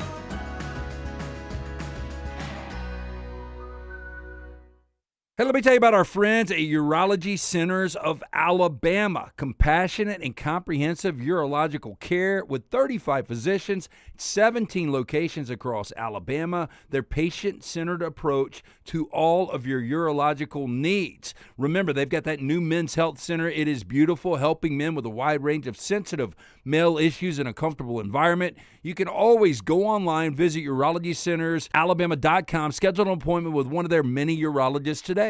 Stop by the New York Butcher Shop and pick up the finest in certified Angus prime beef steaks and burgers, premium pork chops, ribs, and all-natural chicken cut to order just for you. Their chef-prepared entrees and side dishes are the perfect dinner-to-go choice for your family and are ready to heat at home. With a great selection of fine wines and desserts, the New York Butcher Shop is your one-stop dinner shop. 2 locations to serve you, Cahaba Heights and on Highway 119 in Greystone. The New York Butcher Shop, rare quality, well-done service.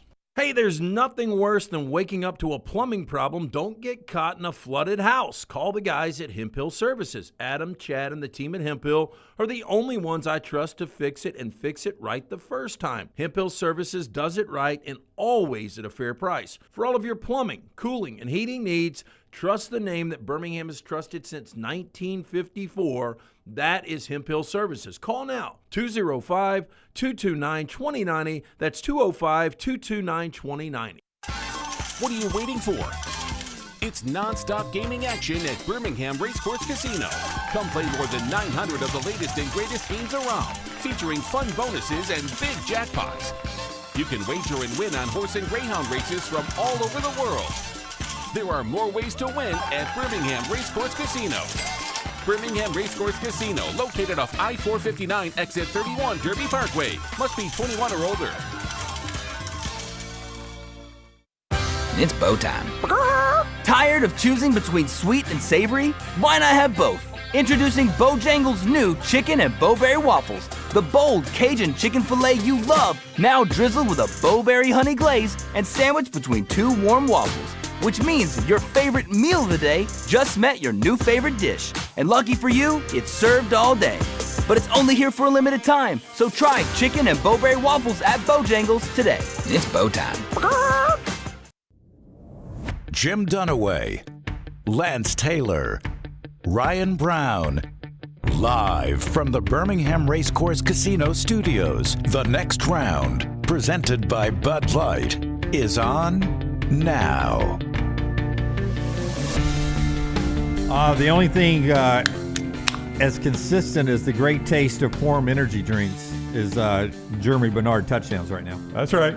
Guy scores them every game. Form Energy and our friends at Innisfree Irish Pub, not Pug. Pug is a dog. Pub is an Innisfree Irish. They bring you Jermie Bernard. I've got the hat on and the drink That's today. right. Jim is repping both. Germ, what is up, my man? How are you today? Good morning. Good morning. How we doing? Doing great. I got the grape smash form. You got the grape bathrobe. We're matching up. We're matching up right now. Congrats on the win. Listen, we talked last week about the concept of revenge, and I know that got downplayed some, but now that the game is behind you, how much revenge was in what happened Saturday? Man, honestly, like, we obviously had a chip on our shoulder just because we lost to them last year. I wouldn't necessarily say like it was a revenge. It was just more of like we know that they're in our way of getting to our goals, and then on top of that, they've been talking a whole bunch of trash and saying a whole bunch of stuff on the media. So it was just a little extra fire, I'll say. Saying under our seat to beat them this time around. Well, you guys already had some really hostile road games in Tallahassee, in Athens. Did Vanderbilt talk more on the field than Florida State or Georgia? 100%. 100%. See, and you don't realize this. Like, we lived in a day where Vanderbilt, there were talks of, we've got to figure out a way to get Vanderbilt out of the SEC. They were that bad. Yeah. And, like, that's not an exaggeration. And, look, you don't remember this, but, I mean, it was the worst Power 4 team in all of football. And now, like, this swagger they got, it's just amazing where they are. I mean, they have a really well-coached team, and they have really, really good players. I mean, when you have the portal nowadays, what I'm saying, anybody can go anywhere, and they can build a team up, and with good coaching and good players, a team can always flip that around. So it was a really good challenge for us. You know what I mean. We knew they were going to be a tough team, but we knew that we couldn't let them get in the way of our goals. Yeah, by the way, speaking of the portal, it looks like you brought that robe with you from Seattle. Does that have a husky on it somewhere? Nah, this new. That's good. Hey, how important was that drive? It was less than 2 minutes, or I'll call it a 2-minute drill drive there right before the half for not only the game, but for your team and how it set up the second half. And why does that work? I tried to ask Ty this and didn't get a great answer in the post game because somebody else interrupted my question. Why are you guys so good at that? Like, is it? I mean, obviously it takes quarterback, offensive line, and receivers all working together. But you guys seem to be really good at this 1 minute, 2 minute type no huddle like drives. Why does that work for you guys? Well, we practice it every single day, every single week at practice. That's something that we do. We practice clutch, and we've been doing it since springtime. And it's all about execution and making sure that we're doing all the right things. We're making sure we're getting out of bounds. We're making sure that we're getting the ball to the ref like we're supposed to. Lining up fast, getting our eyes to the sideline, getting the signals and stuff. And then after that, it's just playing football after that, and letting tie be tie. And then we got all the guys to make the plays. So it's just all about, like I said, just the preparation we do throughout the week, and it shows up in the games, and that was one of the times it showed up. And it was really important for us because they got the ball coming out the half, and we always talk about the middle eight, and putting points on the board, before we went to half was really important. And like Coach Grubb said yesterday, it was one of those drives where it really helped us win the game for sure. Jermie Bernard, the Alabama receiver, with us each week, courtesy of two great sponsors, Form Energy and Innisfree Irish Pub. Form Energy is derived from green tea extract. That's a natural source of caffeine. It's crafted with zero sugar and natural flavors. You can get it at your local energy drink retailers. I am drinking the grape. Dunaway is drinking the orange. Orange is good. That was my favorite, I think, until I tried the grape. Yeah. What I drank over the weekend was a Screaming Freedom. Screaming Freedom, and they've also got this is the Blue Blitz. That's the Blue Blitz. They've also got the Screaming Freedom, which is Rocket Pop there we inspired. go. There you go, like the Rocket Pop. All those Form Energies available, and you can see more at formenergy.com. That's PHORM, formenergy.com, and Innisfree. I can only imagine how good Tuscaloosa's Game Day Sports Bar, the Innisfree Irish Pub, was after the big Vanderbilt win. Not only the great location right there in Tuscaloosa, where you can get lunch and dinner, 5,000 square feet of Irish food, drink, and music, a whole lot of atmosphere, just north of the Strip in downtown Tuscaloosa. Also a location right here in Lakeview. Get in, see Nick, see Derek, all the fine folks at the Innisfree Irish Pub. So everyone I was watching the game with just laughed again when Caden Proctor got the carry.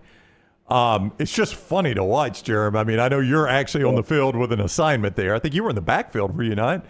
Yeah, I was. Yeah. It's just funny to watch. I mean, I know as a team, you guys got to love seeing the big guy get it, and he rumbled for a big first down. Nah, we love it, bro. Like he's so versatile. He could do so many great things for us, and just for coach to give him those opportunities to put him in the position, and for him to execute. I mean, it's really fun to see. Our offense. It highlights everyone. You know what I mean? We get to put guys in a position to make highlight plays, and he's one of those guys. I think for Alabama fans, they look at Ty, they look at you and the other receivers, and they're like, damn, this side of the offense is really, really good. But there were concerns about consistently running the football. And then Jam Miller comes back against Georgia, gets 16 carries, only 46 yards, but they were important 46 yards. And then this week, more touches, 136 yards in the touchdown. How much does Jam change this offense for you guys? Jam is a difference maker within the offense. Everybody knows what he can do.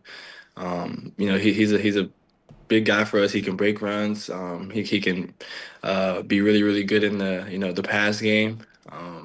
He's just an important key to us that that we needed back, and he's really been helping us a lot. And it's tough to run, in the SEC, honestly, man. So it's just like we just gotta keep chopping at the wood and keep allowing him to have those touches, because we know that he's gonna break some. So I'm just excited for him to be back and for him to get in his groove. And I'm very, very proud of how the O-linemen played in the second half. A lot of our run game opened up in the second half, and like Coach Grubb said yesterday, like that's how it has to be the whole game. And it's hard, but we're gonna continue to work at it. It's not like you came from an FCS program. You guys had game day. You guys had a great home field advantage in Seattle as well with Washington, but. That place in Tuscaloosa, it rocks sometimes. Just having the game day experience with College Game Day there, Nick Saban being honored going into the Hall of Fame, Manziel on their sidelines, Theo Vaughn on their sidelines. It was a pretty electric atmosphere. How do you like these home games in Tuscaloosa? Honestly, man, I love it. I love it so much. Just seeing all the support from the fans and all the energy that they bring to the game. It all correlates to us, man. It gives us that extra edge, man. Just knowing that we're playing for not just ourselves, but all of our fans around the world. So we have to come out with that edge, and we can't lose at home. We definitely can't lose at home. And just to play in those environments, like that's what you dream for as a little kid. When you grow up and you watch TV and you just see 100,000 fans, on the screen, and like you could tell that it's loud, but just being in it, it's definitely a dream come true, and it's definitely a blessing. Well, but now you get to go on the road, and you're playing at Missouri, which is it's the SEC, so of course it's another ranked team you get to face, and you get to face them on the road. What did you learn, or I guess maybe what changed between the Tallahassee road trip and the Athens road trip? They were two different teams that you can draw on for this road trip as well.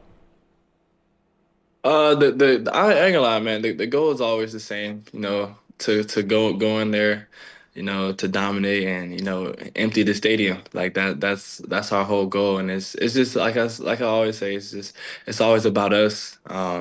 No matter where we go, whether it's away or home, it's always about what we do and how we execute. Like if we just do our jobs, man, we have a really great team to continue to keep winning, whether it's at home or away.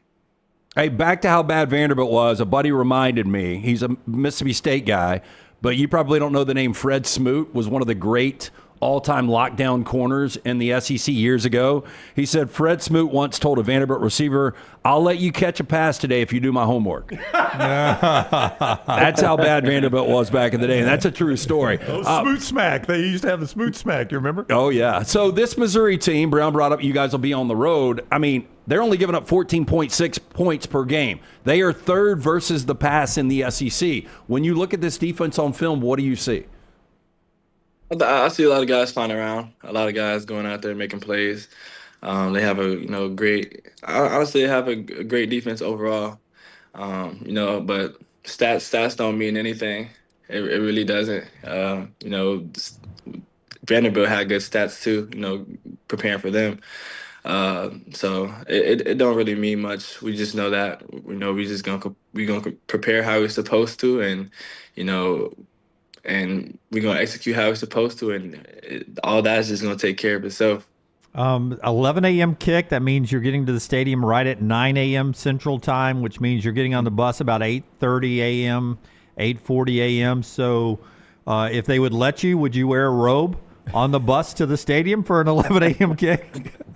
Nah, man, this is like, what I'm saying, chill vibe. When it's game day, when it's early, I mean, we be ready to go. We practice early in the morning too, so it's what I'm saying, we're used to that.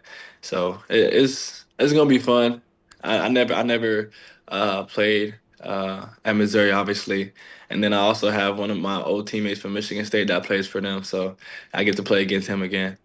Do you have I've been meaning to ask you this because we've talked to other players about it, a celebratory meal? Like after a win, is there a particular meal you go to? Nah, I just eat whatever they give us at the end of the games. But like Mondays, I try to go in and eat UBK, Urban Bar and Kitchen. Oh, what do you get there? It depends. Like sometimes I get the salmon or I get the UBK pasta. That's always my go-to. Okay. What happened to the kids going to cookout? That's only for a milkshake, though. Yeah. Okay. He's got a designer robe. He's got like 15 of them. I'll tell you what happened. NIL. Thanks to our friends at Form Energy. Yeah. I save up a paycheck to go to that cookhouse. Yes, that's Cookout's good. Yeah. All right. He's Jermie Bernard, the Alabama wide receiver on the road to Missouri. Good luck this weekend, Jeremy. We'll see you next Monday, buddy. Thank you, guys. Have a blessed one. All right, man. You too. Thank you. Jeremy with us on the Alexander Shinard Trial Attorneys Hotline. His appearances courtesy of Form Energy and Innisfree Irish Pub. Lance, tell them about Innisfree, and I'll let you know how to get Form Energy. It's Tuscaloosa's best time. Head to the free Alabama tradition, Tuscaloosa's game day bar. Over 5,000 square feet of Irish food, drink, music. Whole lot of atmosphere just north of the Strip in downtown Tuscaloosa. If you're looking for a good time, only one place to go. Go see Nick, Derek, all the fine folks at the Innisfree Irish Pub. Also a location, Lakeview in Birmingham. And Form Energy, the better choice for sustained energy and focus to go the extra mile. They've got the Screamin' Freedom, which is Rocket Pop inspired, the Grape Smash, which I'm having today, the Blue Blitz, and the Orange Fury. You can get it now at your energy drink retailers or go online, formenergy.com. That's PHORM, formenergy.com. And our conversations this hour with Jeremy and our friend Joel Klatt, brought to you by Storm Restoration Roofing. Greg from Pell City there, 205-542-3531. A-plus rated with the Better Business Bureau. That's what you get with Greg and his wife Andrea. They own the company, locally owned for over 20 years. A-plus rated with the Better Business Bureau, as I said, because he cares about you as a homeowner, as a family man. He's got 10 kids. He knows what it's like to have a house full of kids or to be trying to make ends meet. So he wants to make your roof repairs, your roof replacements, your storm damage repairs as cost efficient as possible, but also long lasting. And he makes that with a promise that he will give you his heart, his soul, his best possible price because he works with the insurance providers. He has financing options available, and he just does great work. He's Greg from Pell City on Facebook, 205-542-3531. Joel Klatt on the other side. Take the next round anywhere you go with official Next Round gear. Buy yours today at nextround.store. Yo, kinfolk, what's good, man? Let me holler at you for a minute. You know how life can be life. You're out there chasing that dollar. Every dollar is accounted for going somewhere. Then all of a sudden, bam! Out of nowhere, a car accident. All I had to do was hit up my people at Alexander Shannara Trial Attorney. You already know when that dude Alex pulls up the trial, he shuts down the litigation situation. Yo, go to Shannara.com. Hit him up at 659-777-7777. Call me, Alabama. No representation and legal services provided are better than any other provider. This is what being a NASCAR fan is all about. Singular history and tradition. Thank you, everybody, for coming out. And triple header playoffs action to ratchet up the stakes. Throw in a can't miss concert, and you've got more than a race. You've got Talladega. NASCAR playoffs weekend at Talladega, October 17th through the 19th. Get your tickets now at TalladegaSuperspeedway.com. Ticketmaster, the official ticketing partner of NASCAR. Hey, for all of your IT and printing needs, reach out to our friends at Xerox Business Solutions. Look, I'm still one of those old school guys. I print my notes every single day for the show. If you watch the show here on the Next Round, you see all the notes in front of me. From day one, Xerox Business Solutions, they've been with us here at the Next Round. Local for over 45 years. For all of your IT and printing needs, visit XeroxBusinessSolutions.com or call 205-969-3000. That's 205-969-3000. Sterling and the fine folks at Champy's Chicken on Highway 119 in Alabaster want to welcome you in for a great lunch or dinner starting at 11 a.m. every day. Chicken that's brined overnight and cooked to order, and the taste of the Delta with those Delta recipe tamales. Champy's is perfect for all your tailgating needs this football season. You can also choose Champy's for your next party, wedding, or birthday. Great food, great people. Champy's Chicken on Highway 119 in Alabaster, and everything online at champyschicken.com. What a matchup we've got, folks. Just nonstop action. The energy is electric and the fans are all in. An intense game like this calls for a Coca-Cola.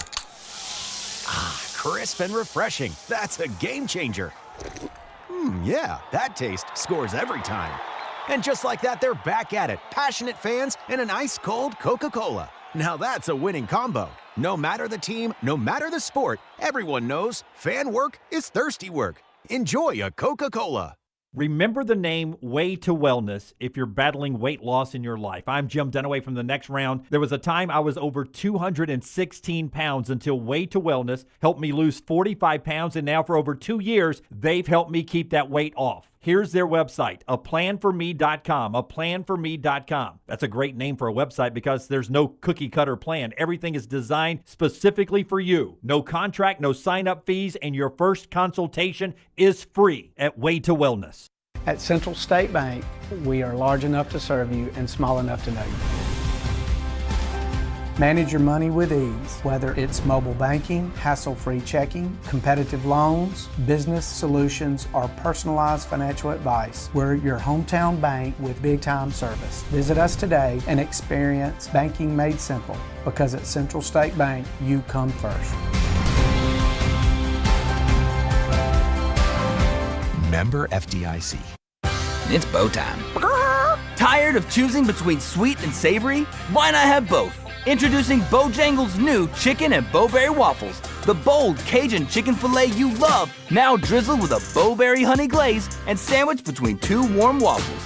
Which means your favorite meal of the day just met your new favorite dish. And lucky for you, it's served all day. But it's only here for a limited time, so try Chicken and Bowberry Waffles at Bojangles today. It's bow time.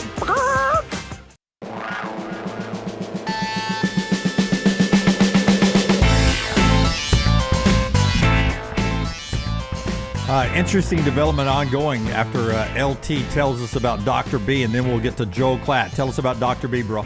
Dr. B, best in the business. Yeah, where did the bro come from? I don't know. Is this warm energy drink? Warm energy drink makes you younger, I guess. That in the purple robe. Dr. B, doesn't matter if you're in your 20s, 30s, 40s, 50s, whenever you start thinning out, You need to get preemptive on this. You need to maintain. Not only that, you need to grow some back. Our friend, Dr. Beckenstein, he can help with this. I do that non-invasive treatment 3 times a week, 30 minutes each time on the couch. That is it. Make the phone call I made. Tell Dr. B and his staff, the guys from the next round sent you. 205-319-0316. T3's got that new test. It's easy, painless, affordable, takes seconds to perform. It's going to show which medicines and compounds will specifically work for your hair loss. Men and women ordering products online don't even know if they work. Stop wasting your money and critical time while you're losing hair on treatments that aren't working for you. Go see Dr. B. Find out what will work. 205-319-0316 or T3hair.net. Clay Travis, who's on the show tomorrow, reporting that per his sources, Disney and ESPN has removed Feinbaum from appearing on all their ESPN platforms, his scheduled appearances, not his show, since his appearance on Outkick, where he discussed running for a Republican office, U.S. Senate. Bill Hoffheimer, who is a VP with public relations for ESPN, says this is not true at all. The below is totally false, to which Clay has responded, this decision is above your pay grade, Bill. Why wasn't Feinbaum on Sunday AM Sports Center yesterday or on First Take this morning for the first time in over a decade, reacting to one of the biggest college football weekends of the year? I stand by my sources. And he goes back, please cite, Bill, all of Feinbaum's appearances since his interview Wednesday of last week with Outkick, and no response from Bill yet there. Something to keep an eye on with Feinbaum. I guess good time to have Feinbaum on with us, right? Why not? If he's got some slots open, we'll let him slide in with us. Sounds like his Mondays are open right now, according to Clay. Yeah. James Franklin is on a hot seat a little bit. We'll talk to Klatt about that coming up in just a second. Them and Texas out of the top 25. The AP poll is Ohio State, Miami, Oregon, then Ole Miss and Texas A&M and Oklahoma. 3 SEC teams at 4, 5, and 6. Indiana and then Alabama at 8. Texas Tech and Georgia 9 and 10. I don't know how much you guys believe in the SP that they do these analytics. The Bill Conley. I look at it every week. A lot of people love his work. So Penn State right now, to win the Big Ten, there are 10 teams in the Big Ten in front of them. They have a 0.6% chance to win the Big Ten now. I just don't see, with them still having to go to Ohio State, how they factor into this at all now. And I think off of that, I think Texas is about the same probably depth down in the SEC as well. I don't believe, and this is not for effect, because I had them right around this last week, and I know we'll do our rankings in a little bit. I don't think they're a top 10 team in the SEC right now. I really believe that. Yeah. Well, certainly not Penn State. Well, but let's look at Brooks throws these together every weekend. We all throw in our votes here on the power ranking from the Southeastern Conference, and Brooks has put that out in social media, and the voters up here, I don't have them number one yet, but you guys have decided Alabama's the best team in the SEC. I still went Ole Miss and then Alabama. Then I think I had Georgia and Texas A&M in that order. But Texas is 11th in our power ranking, to your point. Yeah, and that's where I had Texas was 11. Yeah, I mean, to put Florida in front of them for me, I know I just saw it on the field, but I was like, is Florida really better than Texas? Yeah, I mean, like, week in, week out, is Florida better than Texas? They have not been. But, boy, they were Saturday. Yeah, right. And if Texas went to the 4 schools right behind them, if they played in Auburn, Starkville, Columbia, or Fayetteville, I wouldn't feel great. Yeah, I mean, Texas is broken, and I don't know if it's permanently broken this year or what, but they are currently broken. Let's get to Joel Klatt, brought to us every week by our friends at MyBookie. Yeah, we got to motor through this. Klatt has a previous engagement, so he's joining us early, and our time is limited. What is up, Klatt? How are you, my friend? I'm good, guys. How are you? I'm sorry I had to change times on you here. School board duties. You're on the school board? You're on the school board? Yeah, God help us. Yeah, wow. They were like, does anybody... Or God help those kids, I guess. God help the children. Klatt, presented by MyBookie, mybookie.ag. Code next round. Get you bet back bonus on your first bet when you sign up there. Up to $500. They cover that first bet right back into your account if you lose. Look. Everybody on social media wants us, not everybody. A lot of people wanted us to address something you said during the telecast. SEC gets the benefit of the doubt because, I think you said the other conference, benefit of the doubt because of the small number. And then shortly after that, Penn State, who also has a small number, completely lays an egg. Yeah. I mean, I don't know what people want us to ask you about that. I wanted to ask you about. No, I mean it's. Go ahead. Go ahead. No. Please go ahead. I think the back end of the top 25 is littered with bad SEC teams. Okay. I've thought that for years. Now, that's an opinion that is not shared by SEC fans, but that's fine. And I don't think that has anything to do with the fact that the top end of college football is not as great as it once was. And then when you couple that with the fact that, right now teams that are bad or have bad records have some talent because of revenue sharing and NIL and transfer portal and the dispersion of talent across the country. Now all of a sudden, you have a 1-3 Florida team that's actually a really good football team and has a 5-star quarterback. You've got an 0-4 team in UCLA that has not looked like anything. But, oh, by the way, that quarterback, no one, likes him, especially from Tennessee because of everything that happened in the offseason. He's still really a talented player, and he put that team on their back. So I think that the margin between bad and good in college football is shrinking drastically. But I think those two things are mutually exclusive. Like what happened to Penn State and Clemson so far this year and Texas so far this year is not the same thing as me saying, like, I think that the back end, the middle of the SEC always gets the benefit of the doubt, which is like this, it's like a perpetuating overrating of the conference because, well, that's a good win and then that's a good loss. Meanwhile, other conferences fluctuate wildly. When teams lose and everything, and then people just fall out, and then it's no longer a good win for the people at the top. But in the SEC, it just always sits there. You're just always ranked in there from 18 to 25. Well, that's all I was saying. Yeah. Okay. Well, it has. This league has become the NFL-like. And we look at top 10 teams right now, Klatt. Clemson, Texas, Penn State. Those three teams, in my opinion, are dead and buried. There are two teams in the SEC this week, in Alabama going to Missouri, and Georgia going to Jordan-Hare, that I think there's a good shot both those teams lose. And I'm not going to say they're dead and buried yet, but, man, can you imagine half the top 10 to start the season already has multiple losses, and it looks like they're not getting to a college football playoff? But I think that's where we are on October 6th right now. Probably good for the sport. I mean, I agree. In terms of getting more fan bases excited for so long, and we've talked about this a little bit, there was a really small number of fan bases that could be excited about the top end prospects of their team and program. And I think that's changed pretty dramatically. I think Indiana has real expectations now this year. I think Texas A&M has real expectations. Ole Miss, it's not a pipe dream. Maybe not that it was, but real expectations now. Miami, real team, Oregon. These are not traditional blue blood programs. Now, I would disagree with you on the Georgia-Auburn thought. I don't think that Auburn is nearly as good as, let's say, Missouri.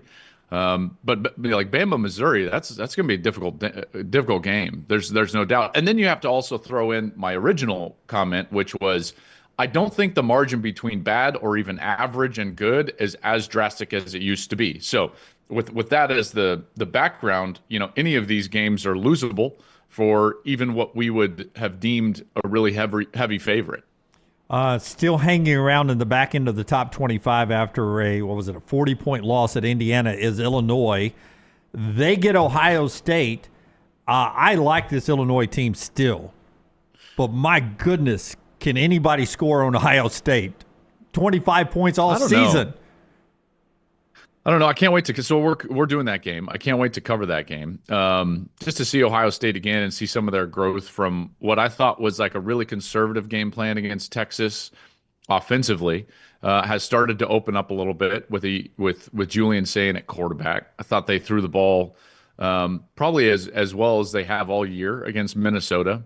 For Ohio State, and I know listen, we come on here and we banter and I get labeled like a Big Ten guy or defender or Ohio State honk. But up to this point, they've been the team that has shown the least amount of weaknesses in the country. And they also, I think, have the best singular unit in college football on their defense. And I don't think it's that close. Statistically, there are some teams that are close. Like OU's defense has played statistically really well. Their defensive line is outstanding.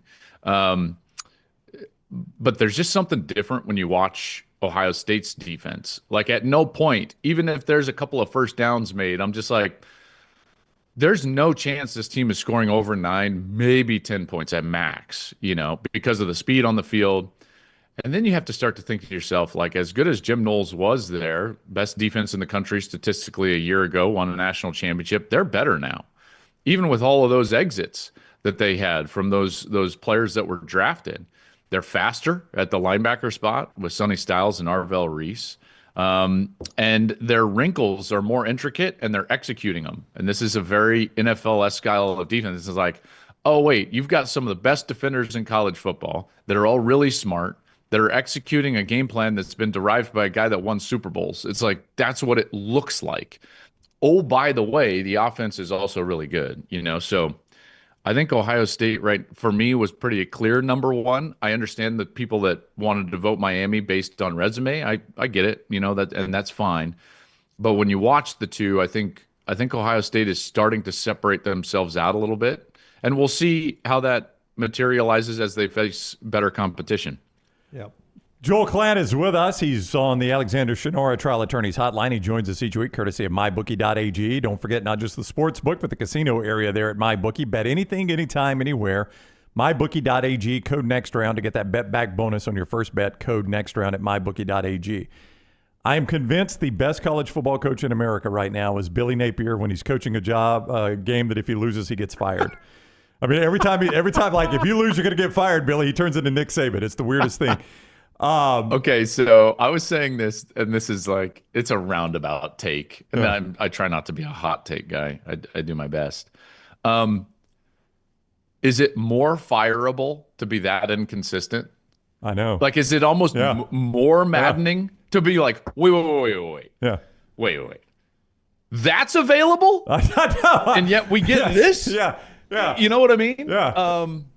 It's like when you make a purchase in the snack machine and it gets stuck, and you're like, "Well, crap! I've only got 50 cents left now. I gotta downgrade." I know. It's like dating a hot girl that only dresses up twice a year. She's in sweatpants the rest of the time. That's available. Yeah, that's right. And then she walks down and she looks, beautiful. Not that I have this problem with my wife. No. She walks down and you're like, hold on. Yeah. That's available? Like, no, it's wild. What are we doing? Last year they knocked Ole Miss out of the playoffs. This year, I mean, they made Lance is right. They may have Didn't buried they beat Texas. Tennessee last year too?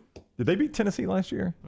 In that late stretch. I can't remember. I think they played them fairly tight. Yeah. Anyway, but regardless, to your point, like, it's almost more maddening. It is, but it's Arch. It's the obligatory interview afterwards where he's like, "I couldn't be more proud of a group," and it's like, yeah, but like, your own failures put you in this hole. Exactly. But on the other side of that, sorry, I keep interrupting. Sure. It's more frustrating for me to watch Florida do that than it is for me. If they were just constantly bad, it'd be like, okay, we need to switch. But here it's like, well, do we or don't we? And it's like, well, listen, that's part of the issue. Do you have any faith that the inconsistency will change? I don't. What I was going to ask you, though, is, like, I was to the point where I thought Lance would ask this question. You're going to ask about Arch. I'm stealing Lance's Lance question. Is just biding his time. You want to ask him about Arch? No. Like, they're not even. Are you just basking in the glory? No, look. Are you going to play it back from Texas, that week when I laughed at you? Texas and now you're right. Is such an entitled fan base, and it is fun watching them struggle in the SEC in year two, and they're not even a top 10 team in this league right now. They're not a top 10 team in this league. But go ahead, Brown. Well, that's kind of what I was. Arch is bad, Klatt. It's not that he's not good, and he's playing and bad. By the way, it's all bad. Yeah. So I watched the tape. Okay. I watched the tape last night. I watched the whole tape of the Penn State game. I watched the whole tape of Texas, Florida, and it's all bad. To Arch's defense, small defense, he's bad. He's bad. He is not playing well. I'm not defending him. This is my freaking team on my show I said at one point after saying like, oh, all this pressure and like that's not Arch's fault. And then they cut that for the open. So it makes it seem like I'm sitting in the open of my show being like, it's not Arch's fault. I texted him this morning. I was like, guys, like, what are we doing? It's the first 50 comments in the YouTube. It's like, well, I'm not watching this. It's just a defensive Arch. It's not a defensive Arch. Arch was terrible. Oh, golly. Anyways, it's been a great morning. Arch was bad. The offensive line was bad. Like, bad. Can't run the football at all. He was their only run threat. The defense was not anywhere close to as dominant or as good even as we expected them to be. We thought they could be a top 3 defense in the league. That wasn't it. Getting Dallas Wilson back, I thought was really important for Florida. They looked different. And it's pretty clear, like, if you allow DJ Lagway in that offense to get explosive plays, then they're going to have a lot of success that day. And not just because of those plays, but it kind of builds into itself. That's what they hadn't been able to do against LSU. They hadn't been able to do that against Miami or South Florida. So while I knew Florida's defense was good, I thought Texas could get to 21 or 24. And here's the thing, Lance, is like, I never expected Florida to go for 29. Just like in UCLA, like I never expected UCLA to go for 42. And then, like, what happened to these defenses? So, again, not a defensive Arch. He was not good. And even when he did finally have a clean pocket, I kept counting on him like, man, that pocket's bad. That pocket's bad. That pocket. And I was like, is he ever going to get a clean pocket? He gets a clean pocket, overthrow pick. And I'm like, well, okay. So everyone's just getting minuses down. But don't worry.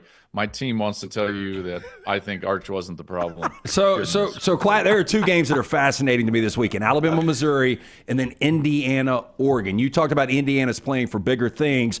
I wish for you guys you had that game instead of Ohio State, Illinois, but I know at 11 o'clock Do kick. you think they'll kick it at 9? Yeah, it's a little difficult. But right now, I mean, what is the more impressive? Hell of a week over here, Brownie. We're just doing great over here. Look, and he's got to go to a school board meeting on top of that. Okay, but until this point, what is the more impressive win? Oregon beating Penn State on the road in overtime, or Indiana completely just curb stomping Illinois for their one loss? I mean, like, that's a good question. Yeah, I think Indiana might be a better team than Oregon. Is that crazy? I don't think that's crazy. Indiana is very different at home. If you were to like go, I would encourage you, as you like break down those games, go look at their home road splits. They're really, really, really good at home. That dates back to last year. But they're not bad elsewhere, although the worst game they played was that game we had at Ohio State. I think the moment was too really big last year in that game, was it not? Yeah, that's right. And listen, that's a different beast, right? It's one thing to, like, destroy Illinois or Nebraska a year ago and what was a big game, and we were there and they were at home. But when you walk into the shoe, that's a different thing. And you look across and you're like, oh, there's 14 draft picks over there. Like, that's obviously just a different animal. And they're going to see something similar to this week. I think Oregon is very, very good. And I think that the more as wild as this sounds after the UCLA loss, the more impressive win was actually, I think, Oregon beating Penn State. I know that sounds wild right now, but I'm going to maintain that opinion. What happened in the Illinois game for Indiana, that score was not nearly as indicative of the game that played out because again, this is in the weeds. Illinois lost their entire secondary during the course of that game, very early into the third quarter. And then that's when it just like totally unraveled. They had 2 third-string players and 2 backups playing in the secondary. In fact, one of the third-string players had entered the transfer portal in the spring. Guys, you'll love this. Why? Surrey's trying to listen to me. Hell of a morning. One of their third-string players that was in the secondary had entered the transfer portal and couldn't find a location. Oh, my God. And had to come back. So it's like, is it really? Hey, so that's why I would say that. I know it's in the weeds. I think that's going to be a great game. I really do. And we'll see if the moment is too big for Indiana. 2-minute warning. 2-minute warning. Right, I know this. Your getaway right here. Your production team wants you to answer this question. What if Ty Simpson's last name was Manning? Oh, he would be walking. We would if Ty Simpson's name was Ty Manning, we would cancel the end of the season Heisman Trophy ceremony and just do it now. You're right. He would be the number one overall pick too. He would be. No, you're right. Oh yeah. Ty that's the best passing game, pure passing game in college football. Simpson has been the best quarterback in college football from a passing perspective. You know, there's been other guys that have done things with their legs. I think Dante Moore is right there. He's been playing really well. CJ Carr at Notre Dame has played really well, even though they've got a couple of losses, just from a quarterback perspective. Yeah. Simpson's incredible, and I thought it was, you know, I get to buzz through other tapes, but I really study the two teams that I'm going to do, and Wisconsin just so happened to have Alabama on their schedule. So last week when I'm preparing for Wisconsin, I'm really diving in to the Alabama film when they played Wisconsin. And there were like 5, I want to say, Lance, times where I paused the film. Or sorry, Jim, you asked a question. I paused the film and I was like, whoa. Like that was a big league top 3 draft pick throw. Like salivate, like it's really good, you know. And to me, if they can just get competent running the football, which they were, I felt like last week they took some strides running the football last week. They don't have to be great running the football, but you don't want to be Washington of a few years ago. That, you know, like once they got their back hurt, they couldn't really run it, and then all of a sudden you run into a team with a great pass rush and you're stuck. That's the fear for me for Alabama, and if you don't protect him, it turns into Florida State. Right, so you got to protect them twofold with quality offensive line play and at least a competent run game to keep the defense honest. And if they can do that, then I think Alabama might win the SEC. Myers in the chat room says, I can't wait for the video from the school board meeting of Klatt complaining about the neighboring county being overrated, but always getting the benefit of the doubt. So yeah, they always do. They always do. Yeah, that's right. What are we, like the Irvine School District? Their rating. I mean, what are things that they bring up in these meetings? I mean, is it like, hey, you know, Tabitha wants to, you know, she wants to identify as a cat? We're more like our job is more forward looking than that. If we're not talking about things that are 2 and 3 years out, then we're not doing our job. Mm-hmm. And it's just a small Christian school, and so we're just trying to make sure that we're staying mission true, you know, so that we don't drift. Remember, like Harvard was started as like a Bible seminary school. Now look at it. And it's like, well, how do we prevent that in just our little small atmosphere here? Okay. All right. Remain mission true. Yeah, I like that. Yeah, all right, well, Psalm 46:1 on your way to on your way to this meeting, okay? What's it say, Jim? Psalm 46:1. It is God is our refuge, man. When you're having one of these mornings, 46:1, Psalm 46:1 That's our verse for you today, Klatt. Yeah, when that production team's throwing stuff at you, man. You give them Psalm 46:1. Yeah. I stick to Proverbs 28:1. Which is what? The wicked flee though no one pursues, but the righteous are bold as a lion. Yeah.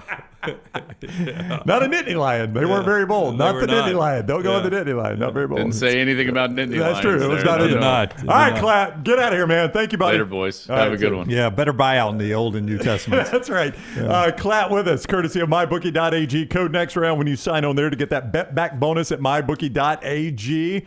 What does that mean for you? Your first bet covered up to $500. You lose it, up to $500 right back into your account. You can play with it again right away at mybookie.ag. Code next round. And our friends at Company Distilling, if you're enjoying a little cocktail when you're watching football, I had a couple of friends reach out, viewers reach out this weekend. Hey, what's that bourbon you guys talk about? It's Company Distilling. Yeah, I actually had a buddy come in from North Nashville, and he said, look, man, I've got to try the Company Distilling. You've been talking about it. So I busted out some Company Distilling on Friday and Saturday.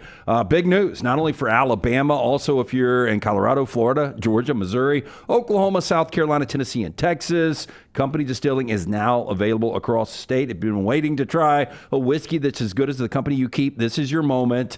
Master distiller Jeff Arnett is the guy behind the product. Absolutely fantastic. Must be 21 plus to purchase. Go to that QR code for great prizes. For more information, CompanyDistilling.com/Alabama. Hey, you want a bank that actually gets you? That is Central State Bank. More than accounts and transactions, they are about people. And for more than 100 years, they have built your trust by staying true to what matters. Personal service, local decisions, lasting relationships. That's their focus.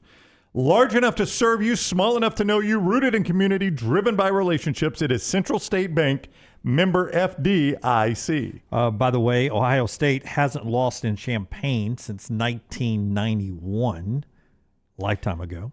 Yeah, they ain't losing again. Coach Sig, Indiana, on the road at Oregon. Oregon number 3 in the country. Coach Sig 0-2 versus the top 5. Could be a little too much for him to handle. Yeah, it might be. I mean, look, that is a really, really difficult place to play. Still a bucket list kind of game for me. But, man, if they're able to roll in there and win that game, that's gonna be a fun matchup, though, when Mendoza and Moore. Alabama, Missouri, it's the third straight ranked opponent for the Crimson Tide. They're slight favorites on the road and shrinking in Como. Those 3 games are the only ranked versus ranked games coming up this weekend in what's a really good slate of college football. I don't know if number 1 at number 17 will hold up because Ohio State's only given up 25 points all season long. So pretty crazy. A couple of coaches on the hot seat. One of them is Mark Stoops after they lose to Georgia. Cut 11, Tyler, if you will. I don't know who it was, but it was a radio report in Lexington. I only assume it is. Oh, was Alan Cutler? It was Alan Cutler. Yeah, I saw this story about the buyout. Yeah, I was wondering if it was Kentucky Sports Radio. No. Who was really good friends with Mark Stoops. So it was Cutler. You're telling me. I don't know that to be fact, but I'll trust you on your reporting there. Radio report in Lexington last week that said Mark Stoops had approached Kentucky on working out a buyout agreement less than, I think, his $38 million he'll be owed at the end of the year. After the loss at Georgia, Mark Stoops gets asked about that report on Lexington radio last week, and this is what Mark Stoops had to say. I mean, I hate to give anything like that legs. There's zero. I told you last year, right? You know what I mean? You guys could write and say what you want about me, but I mean, I told you there's zero chance I'm walking away. You know what I mean? Zero. And, there's no quitting me, so that's unequivocally 100% false. And anybody says otherwise is lying. You said at the start, and I don't want to address that crap no more. Yeah, that's Mark Stoops there. After a 35-14 loss, they're 2-3, 0-3 in the league, and 16 straight for Georgia over Kentucky. I don't know where that program is going, but that's a lot of money to pay for him to go away for Kentucky football. Well, going back the last 3 years, they've lost 17 of their last 20 against Power Fours. That's a problem. Yeah, it's definitely a problem. I mean, because, it's a bad program. He's making elite money, and he's a victim of his own success. This is... To me, he had Kentucky dialed in more than anyone, kind of like the moment Clark Lee's got Vanderbilt right now. Kentucky was at that moment. I mean, when Kentucky won 10 games just, 3 or 4 years ago, he was viewed as one of the better coaches in this league, and I thought he was overachieving, and now I don't know what the hell's happening. Yeah, I really don't either, and I also don't know where they're going to find another win in conference, Jim. So you're staring at, what would that be, 1-15 over 2 years in the SEC. I mean, their remaining games are Texas, Tennessee, Auburn on the road, Florida, Vandy on the road. That's the remaining conference games. So I don't know which one of those you pick off. So if you're 1-15 through 2 seasons in the SEC, I just don't know how you survive that, regardless of what you've done before. And then there is the debate on who's number 1. I understand why Ohio State's number 1. Yep. But with Miami's resume, what Miami has done, and if you're not familiar with Miami, they have beaten Notre Dame. They have beaten Florida, Florida State, and USF, not in that order, obviously, but that's 4 really good football teams in my opinion. Here's Carson Beck on how Miami just feels different this year. He wouldn't know because he was at Georgia, but everyone around him is saying Miami is a really good football team, maybe the best in the country. Carson, you guys are 5-0, kind of the halfway point here. How much better do you think this team can be knowing where your goals are at the end of the season?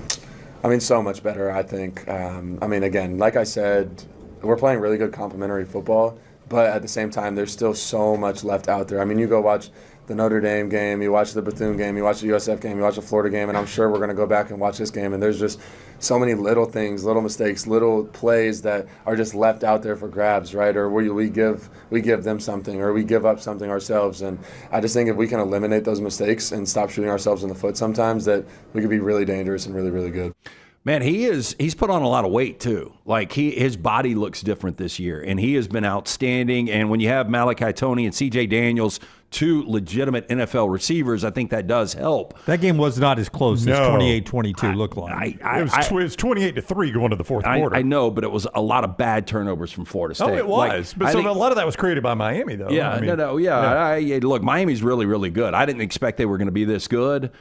But now moving forward, I mean, really, their only potential loss would be at home to Louisville, and I don't see that. So I think they probably go 12-0. Like, we didn't see Penn State losing to UCLA, so obviously anything can happen. But when you look at this schedule, they are going to be substantial favorites in every single game. And I agree with you. I think the best resume through 5 games is Miami's right now. Malachi Toney is a handful. That is a freshman receiver. True freshman. True freshman receiver, and was just dicing up that secondary for Florida State. Yeah. They had no answer. And, boy, that one pass he caught is just a little underneath. I think it was a third down. And they were just going intermediate, trying to pick up the third down. He split the defenders and ran away from the Florida State secondary. They couldn't catch him. Yeah, the problem for Florida State is Castellanos is just inconsistent. He just is. He can be really good, and then he can be not so good. Yeah. Bill Connolly jumped into that at ESPN.com, and he pointed out that last year at Boston College, the first 3 games, his QBR was 83.5, Castellanos at Florida State, at Boston College.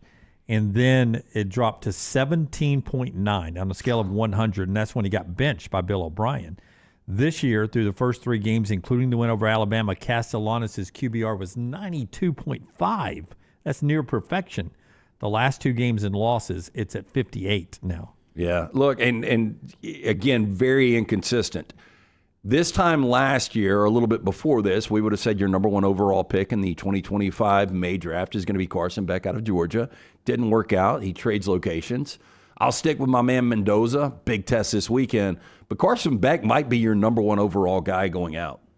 After the Alabama game, I said, to me, a lot of people are going to say, hey, this Florida State team, legit champion. I thought after the Bama game, I said this on the show, I think they're a 9-3, 8-4 type team, and I think that's where they're headed. Yeah, I think they're an 8-4 team. And it's going to get overshadowed. That's a pretty dang good improvement from where they were last year. They were 2-10 last year. So, Mike Norvell's going to catch some heat because they started so good. Well, the Alabama upset. That's right. Changed their goals. Yeah, it changed their goals, no doubt. But I still think after that game they were a 9-3, 8-4 team, and I think that's where they're going to finish, and that's going to seem disappointing. If they'd lost Alabama and you told me they were 8-4, then you're like, okay, step in the right direction. But they've got some more losses. It is an inconsistent team. They're not all the way there, but I mean that's going to be a heck of an improvement to go from 2 wins to 8 wins or 9 wins. Yeah. It go back to that game. It makes you wonder why Alabama didn't do whatever they had to do to force Castellanos to throw the football. Yeah. Well, because Alabama can't stop the run, and now you've got Ahmad Hardy coming in, the number 1 running back statistically in college football. The good news for Alabama is this 11 o'clock kick. I mean, seriously. Fans will not have time. I know they'll be hyped up as much as they can. They're going to be laying on those rocks. But it would be a scarier lizard on rock game if that thing was at night. A whole hour still to go before we tell you about a couple of our great sponsors. 4 Downs in the next segment as well. Reaction to James Franklin's loss on the internet was crazy. By the way, the last time an 0-4 or worse team beat a top 10 team was October 26, 1985, when 0-6 UTEP beat number 7 BYU. That's the last time 0-4 or worse beat a top 10 team until UCLA beat Penn State this weekend. And did you look into that 1985 win by UTEP? That's when you probably could pay players seriously to tank a game. Literally. Yeah. I mean, they make too much money now. Yeah. Everything is you'd be way too exposed. But I mean, when you start to look at Robbie Bosco throwing 4 picks against an 0-4 Miners game, come on, show me some receipts. Brandon Zimmerman. Preseason, number 1, Texas, Penn State, Clemson out of the rankings, and it's not even week 7 yet. The other reaction, Field Yates, Penn State is the first top 10 team to lose to 0-4 or worse than an opponent in 40 years, brutal. And then Chris Muller, UCLA interim head coach Tim Skipper is now tied with James Franklin with 1 career top 10 win against a Big Ten opponent. That's such a good line. Yikes. Yeah, but Tim Skipper doesn't even get the credit for it. Jerry Neuheisel does. All right, 1 more full hour to go on the show that's being brought to you today by our friends at Odie's. Tell us about Odie's. Odie's a great place. Birmingham institution. Stop in, see Will Haver and that great staff. To Wednesday night, we'll be out there for a little Odie's team trivia, but a great place to get lunch, watch a little Monday Night Football. Rodney Davis has been doing incredible food for 4 decades now. The award-winning wings, delicious burgers, great sandwiches like the Diablo sandwich, ice cold, buckets full of the Bud Light. Stop into one of those 2 locations, the original in Crestline, newest location right there in Edgewood. It's Odie's Tavern. Hey, and if you want to look great at the stadiums, at the golf course, on the rivers, the lakes, the beaches, Breakline Optics is the place to go. BreaklineOptics.com. Code TNR30 is going to help you save 30% on your order of these great-looking sunglasses. Here's what I like about Breakline Optics. Number 1, they're durable. You cannot break these lenses. We've tried it. We've beat them into the pavement behind our building. Couldn't break them. Could not break them. These look great. They fit great. They're lightweight, and they are made to last. It's an Alabama-based company based right here in Birmingham, but nationwide. People are falling in love with Breakline Optics' great-looking shades and their durability. They are built by people that love to be outdoors, so they're built to withstand everything you encounter on the waterways, on the golf courses, out hunting, at the games, whatever the case might be. See their entire line for yourself, BreaklineOptics.com. And don't forget, when you buy, code TNR30 saves you 30% on your order at Breakline Optics. TNR30 to save 30% at BreaklineOptics.com. Follow Scott Forrester on Twitter at ScottForresterTV. Honey, a while back, life knocked me flat on my behind. I was hit by an 18-wheeler, and Lord of mercy, it left me hurting. Now, I heard through the grapevine that Alexander Shannara had recovered big money for some people. You been hurt? Can't work? Don't sit there suffering. Call my people at Alexander Shannara Trial Attorneys. Ain't gonna cost you a dime, so pick up the phone and dial 659-777-7777 or go to Shannara.com, because when I called, Alexander Shannara answered. Call me, Alabama. No representation made that the legal services provided are better than legal services provided by other attorneys. This is what being a NASCAR fan is all about. Singular history and tradition. Thank you, everybody, for coming out. And triple header playoffs action to ratchet up the stakes.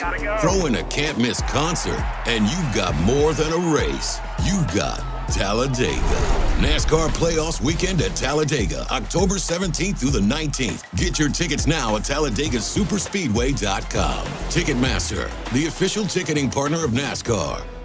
This hour of The Next Round is presented by the Birmingham Racecourse Casino, now featuring 7 days of giveaways with your chance to win a share of up to $125,000. The more you visit the Birmingham Racecourse Casino, the more chances you have to win. Hey, Lance Taylor from The Next Round to tell you about my friends at Michelson Laser Vision, located conveniently UAB Highlands. Almost 20 years ago, I went in for the procedure. Only took 12 minutes for both eyes. When I went in, I had 20/200 vision. I was legally blind. Now I have 20/15 vision, still 19 years later. Make the call today. Schedule a hassle-free consultation. 969-8100. Dr. Mark Michelson, Dr. Jen Michelson, Michelson Laser Vision. Make sure you tell them The Next Round sent you. 969-8100 or MichelsonLaserVision.com. Twin Peaks is the best in the game. Here, you're in the red zone for every college rivalry and divisional matchup all season long. I mean, where else are the scenic views as good as your view of the game? Only at Twin Peaks, the #1 sports bar. Stop by the New York Butcher Shop and pick up the finest in certified Angus prime beef steaks and burgers, premium pork chops, ribs, and all-natural chicken cut to order just for you. Their chef-prepared entrees and side dishes are the perfect dinner-to-go choice for your family and are ready to heat at home. With a great selection of fine wines and desserts, the New York Butcher Shop is your one-stop dinner shop. 2 locations to serve you, Cahaba Heights and on Highway 119 in Greystone. The New York Butcher Shop, rare quality, well-done service. Storm season is here. Make sure you have a plan of action in place right now. Greg from Pell City and Storm Restoration Roofing should be your first call when storms hit. Insurance companies love working with Storm Restoration Roofing because of Greg Nelson's name and reputation in the industry. When storms hit, call Greg Nelson. He's local, 205-542-3531. He's the home of the free no-cost roof inspection. Greg from Pell City on Facebook, 205-542-3531. It's Storm Restoration Roofing. Hey, there's nothing worse than waking up to a plumbing problem. Don't get caught in a flooded house. Call the guys at Hemp Hill Services. Adam, Chad, and the team at Hemp Hill are the only ones I trust to fix it and fix it right the first time. Hemp Hill Services does it right, and always at a fair price. For all of your plumbing, cooling, and heating needs, trust the name that Birmingham has trusted since 1954. That is Hemp Hill Services. Call now, 205-229-2090. That's 205-229-2090. It's bow time. Tired of choosing between sweet and savory? Why not have both? Introducing Bojangles' new chicken and bowberry waffles. The bold Cajun chicken filet you love, now drizzled with a bowberry honey glaze and sandwiched between two warm waffles. Which means your favorite meal of the day just met your new favorite dish. And lucky for you, it's served all day. But it's only here for a limited time, so try chicken and bowberry waffles at Bojangles today. It's bow time. Jim Dunaway, Lance Taylor, Ryan Brown. Live from the Birmingham Racecourse Casino Studios, the next round, presented by Bud Light, is on now. 8. All right, another hour here, always brought to you by our friends at Champy's, the final hour of the show, champy'schicken.com. Sterling and the crew down there, man, if you haven't been by there ever, you got to do it one time. Go to Sterling's location on Highway 119 in Alabaster if you're driving on I-65 south or north ever, or if you just need a destination lunch or dinner location to enjoy good southern food. The chicken's brined overnight and cooked to order. It's juicy all the way down to the bone. It's delicious. All the in-house made sides, the hand-cut chicken fingers, and the Mississippi Delta recipe tamales. It's champy'schicken.com. Hey, and Friday, we're on the road again. Road show this time in Auburn at Sky Bar. I have never been to Sky Bar. I have been one time. I have never been. I've heard it is a lot of fun. We're going to be there. They're going to be opening the doors early for us.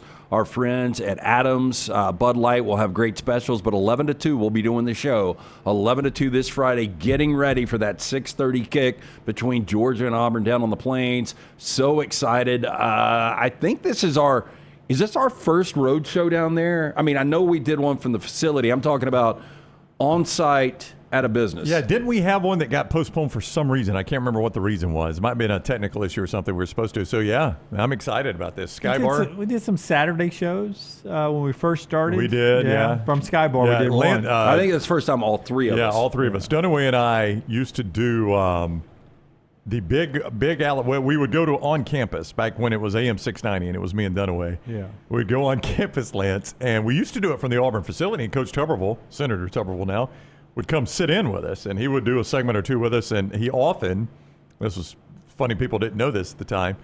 Sometimes would not do a segment with us. Sometimes he would just sit, he would have a snack, and as he was eating the snack, he'd put the headset on and listen to callers. Yeah, he would have a Coca-Cola and a pack of Golden Flake peanut butter crackers. Yeah, and he'd just sit there and have his snack and listen to callers, and then he would do a segment with us after this, and the callers were tearing. Tuberville, I think he's lost it. Why does he take his foot off the gas? He'd just sit we there get and a laugh. lead, and he take his foot off the he'd gas. get the biggest kick out of it. But then one of the salespeople were like, if y'all going to do that, we want you at Anders Bookstore. So we did an outdoor show at Anders Bookstore, and Auburn's got these shuttle buses, and they've all got bad brakes. So the entire show, all you hear is it stops at Anders. Well, you think that so out? we might have special guests. You never know. Could be. Stephen Pearl scheduled to be with us. I didn't know we could say it. So he's going to be at Sky Bar with us? He's scheduled to be with us. I don't know if it works out. It's a long way till we get to Friday. He's got a lot of moving parts, but we're hoping Coach Pearl swings by and is able to make it all the way over there to see us on Friday. We'll get to have maybe a little lunch with him and talk Auburn basketball and the excitement for that season coming up with Tahad Pettiford and company hanging around. And it's almost basketball season, but a big football weekend down there. Georgia and Auburn, Jordan-Hare on Saturday night.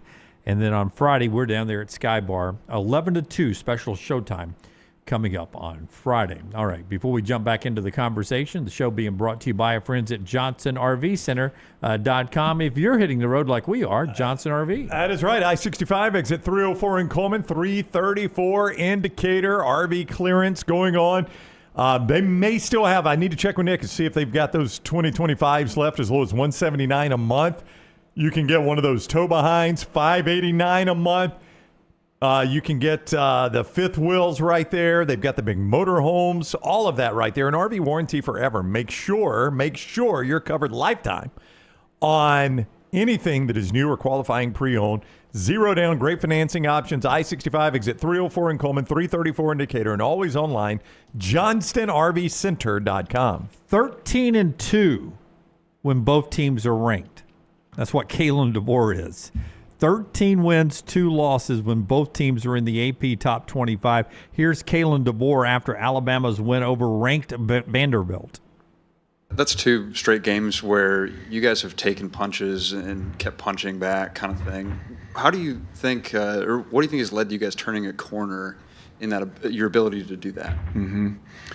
Just really understanding when it first happened, week 1, that there's one of 2 things you can do. You can just take it, or you can fight back. And if you are who we are, and we really believe that we have a good football team, then we should only have one option, and that's just to get everything we got and leave it all on the football field. And that's what these guys are doing. And the defense is just doing a good job of making sure that they force the offense, the opposing offense, to play another play. Right, line up. You see the drives. I mean, there was 2 turnovers in the red zone, really, and so forcing them to play another play and just making them earn it. And then our guys again. I mean, we are kind of getting that feeling of takeaways. I think like we did last year. It's starting to come back to us, and the physicality now on top of that I felt we brought today. Again, I thought it was a positive step for our defense. He's different, by the way. Everybody has said that. I mean, even Germie Bernard said that. Germie Bernard, I can't imagine there's a player on this roster that knows him better than Germie Bernard. And we asked him a couple of weeks ago. There was the report from Alex Scarborough that he had changed the way he's approaching things, and Germie confirmed it. He's like, yeah, he is. There's reports, Lance, that he's a little more, I don't know if vocal's the right word, demonstrative at practices. Well, I think you see that in the games too. Yeah. I mean, we saw like 1 or 2 meltdowns last year, but you've seen him a little more fiery on the sidelines, and I think a lot of this is he's comfortable now. It is his program. In year 2, this makes sense. Like you start dating somebody, your first couple of months of dating are a little bit different than your second or third year when people get really, really comfortable. I think he's getting really comfortable in year 2. Yeah, I've got no insight, no special insight here. I would tell you that it appears to me like he moved into somebody else's house. They still had their furniture in there, and he was afraid to, take off his shoes and put his feet on the couch. He does not have that problem anymore. After the Florida State game, he's like, man, if this is going to go wrong, it's going to go wrong with me being myself. And he is, like Lance is saying, 100% being himself now. And he has closed circles to where it's his coaching staff and his players. And I don't think he's as worried about he's still he's as nice as you can be. The tremendously nice guy. But he's not afraid to put people off right now to go and do his job, and he is doing it tremendously right now. I think this is their most difficult game moving forward. Left on their schedule. I do. Yeah, I agree with you. I think you can make arguments, it's not the best football team they'll play the rest of the way, but this is their most difficult game. Yeah, I think Oklahoma might be the best football team they play. I would agree with you. But, Tennessee, I mean, the good news for Alabama fans, Tennessee, LSU, Oklahoma, all at home. And I think by the time the Iron Bowl comes around, I know it's one of the greatest, if not greatest, rivalries in college sports. Auburn might be done at that point. We shall see. But I could see Alabama lose to Missouri, absorb their second loss, and then win out. And then at 10-2, do everything they needed to do and get to a college football playoff. But this game, I do think it's a benefit. It's 11 o'clock. I don't know if you guys agree with that. Sleepy, 11 o'clock. I know the fans will be fired up. If this game was being played at Neyland, or at Jordan-Hare, or at the Swamp, or down at Tiger Stadium, I would agree. I don't know how intimidating the atmosphere is. I know how it is. I've been there a couple of times. How was it? It is not that intimidating. Yeah, but it is a different world, though, with Missouri football. I'm just saying that usually it's a detriment to the home team because it's less of an energetic crowd. In this situation, I think you've got the better athletes, the better team, on their body clock waking up at 6 in the morning playing a game at 11 o'clock. I think it actually benefits Missouri. Coaches hate late road games, though. If you're going to play on the road, coaches want to play as early as possible. Coaches do, players don't. I don't know about players, but coaches hate laying around in the hotel room and having to fill that time. 2:30. Yeah, it's probably the best time. Kick time. Yeah, best time for a road game. And you said, you made it clear right there about sources, and you're just kind of speculating there. If you were to continue to speculate, or perhaps you have spent enough time around the Alabama program the last couple of weeks to actually answer this with some sort of insight. What do you think Nick Saban's involvement is right now in Alabama football? I don't. You don't think at all? I don't think any more than it used to the be? greatest coach of all time who's around. I every would now think and then. minimal. Yeah. The only reason I asked that is, Are you asking me, like, is he coming in motivating the team? No, Is he I talking just to wonder, people? is he ever at practice, do you think? Is he around the facility at Not all? that I've heard. Okay, Not that that's I've all I'm heard. asking Yeah. you. I mean, you don't have to. I'm not. Yeah, I don't think he would want to do that. The only thing, I don't think it's intentional or unintentional. Yeah. I think he's busy. I do think it was interesting that they were talking on game day Saturday about Caden Proctor's catch. And Saban said, I can't wait till we see him in the backfield like I had Mount Cody back in the day. Yeah. And then what did you see a matter of hours later? Caden Proctor in the backfield actually getting a carry.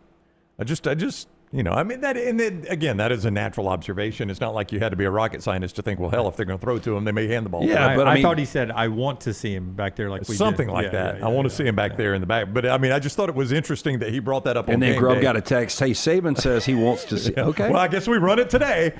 Dude, I mean, I continue to put that guy back there. And now it could be decoy. By the way, that was lead block. That was a big play. Oh, it was a huge play. It was a 3rd and 1. Big play at Georgia, big play there. I mean, that isn't like a Refrigerator Perry getting a carry in the Super Bowl. You're up 35 points. Yeah, I mean, that's a big 3rd and 1 play. And it was just so funny watching on TV because as soon as he gets the ball, the crowd goes nuts. Yeah. Like he had not even got the first down yet.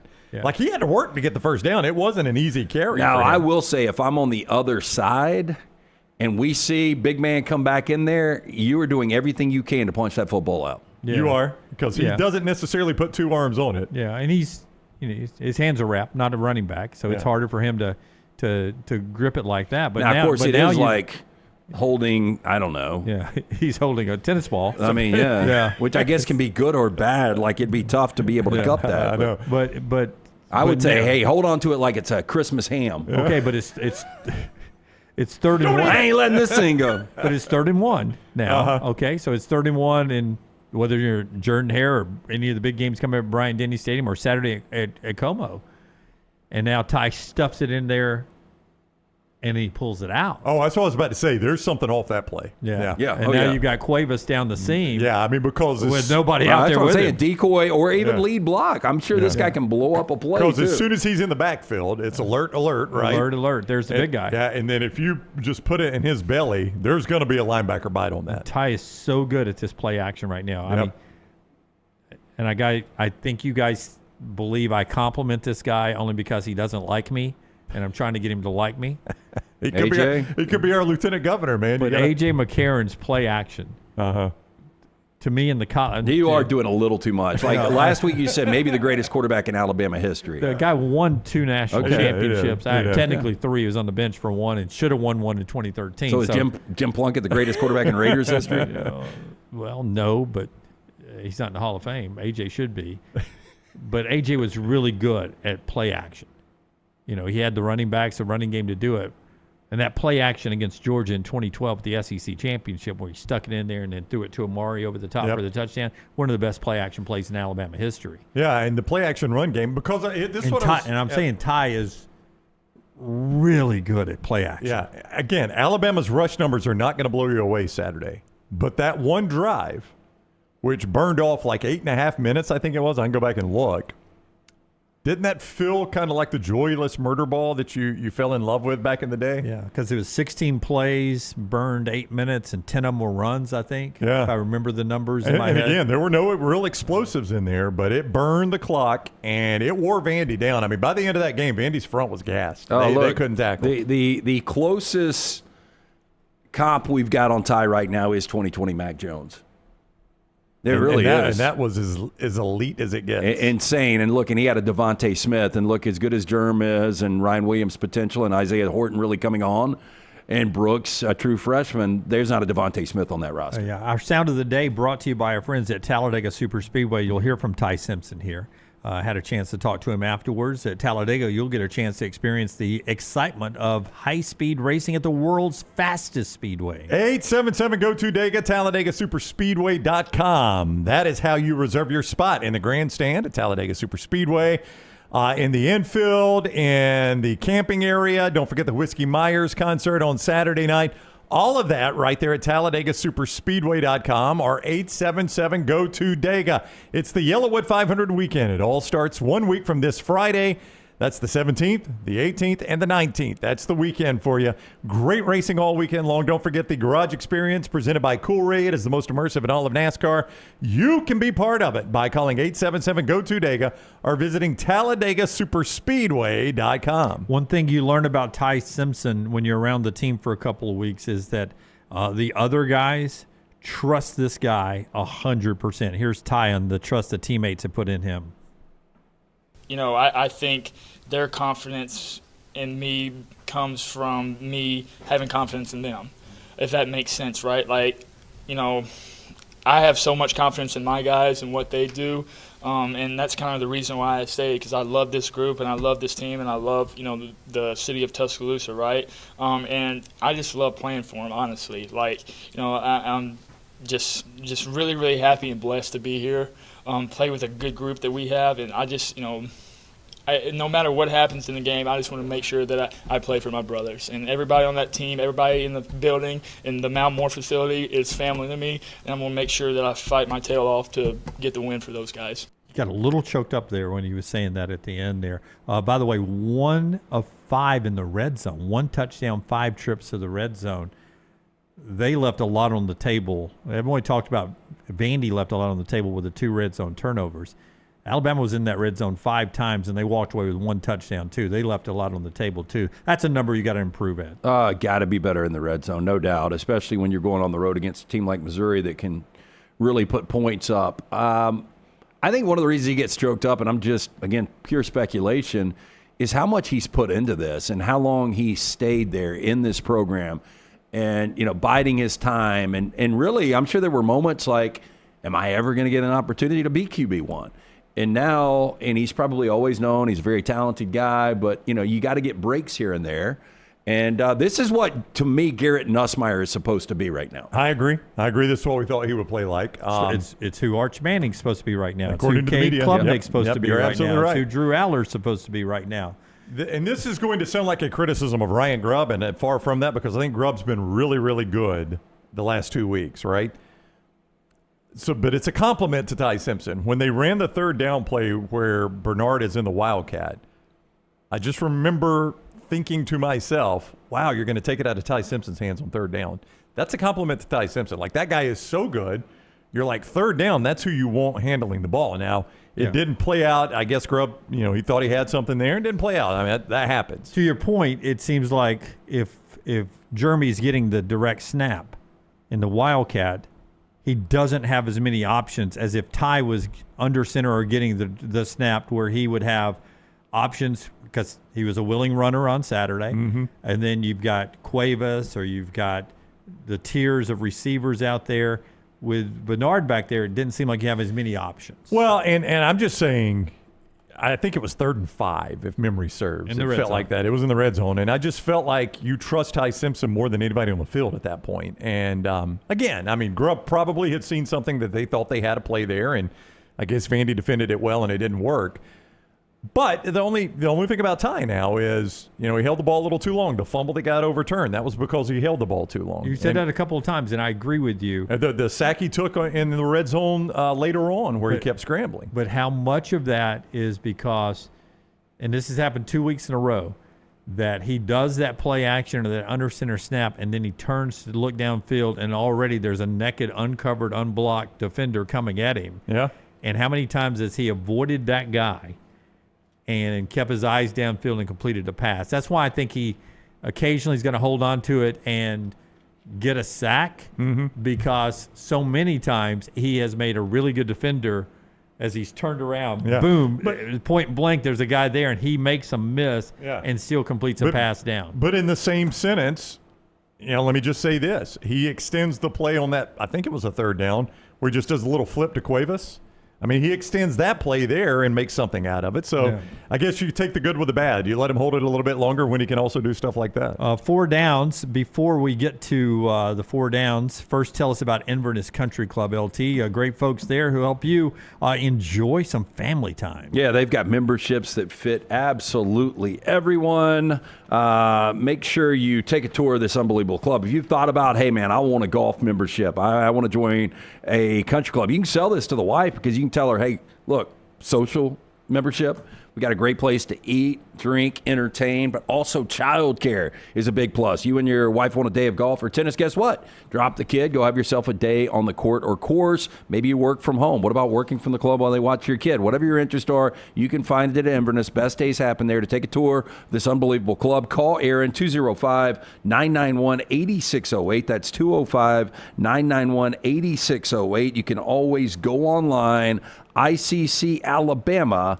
You're looking for a great burger? Nationally voted the best burger in the business is our friends at Culver's, and you can go enjoy those great butter burgers, all the great sides like those crinkle cut fries, the cheese curds that are fantastic. It's all freshly made for you right now, and right now they've got a mini flight of those concrete mixers that have the cereal flavors you loved as a kid, maybe still love as an adult.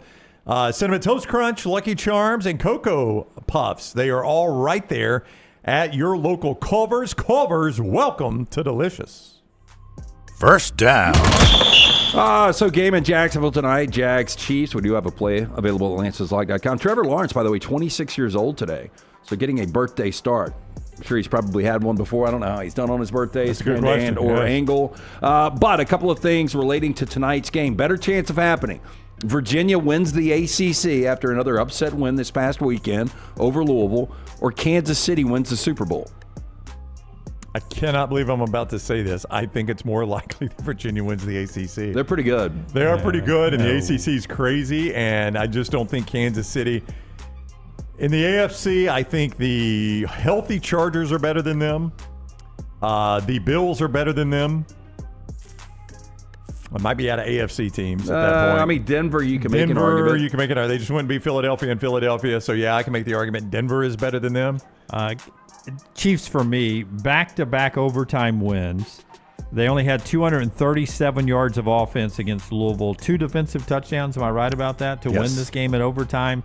I mean, when you're counting on defensive touchdowns, you're 237 yards. That's not consistent enough to win the ACC for me. By the way, we mentioned this game earlier. You think Stephon Diggs had an axe to grind last time? A little bit. That guy was. They had no answer for him. Those driver uniforms for Buffalo were awful.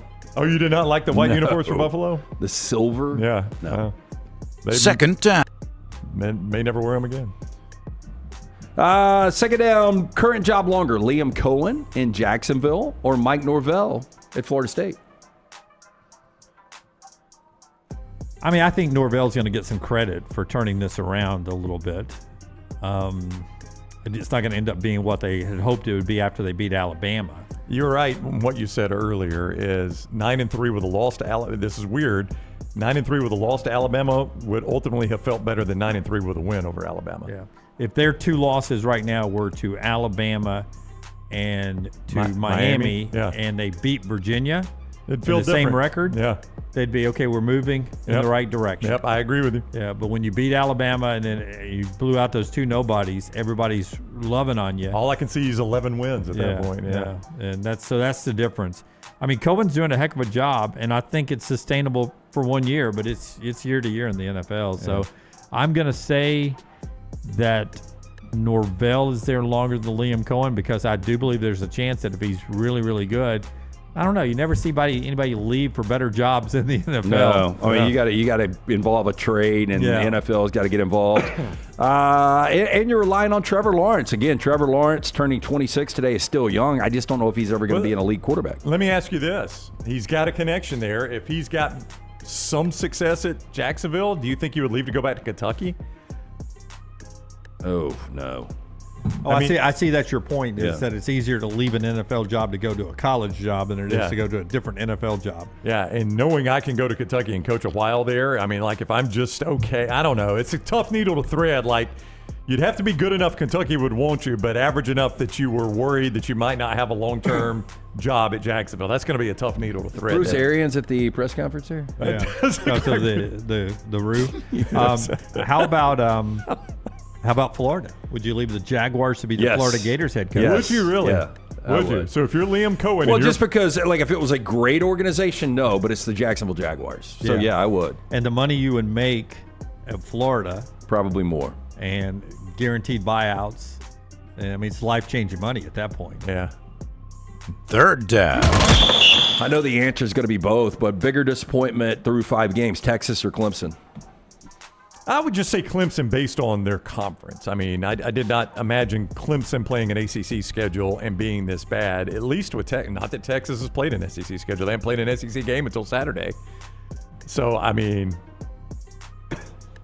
I guess Clemson, though. I'm going to stick with it.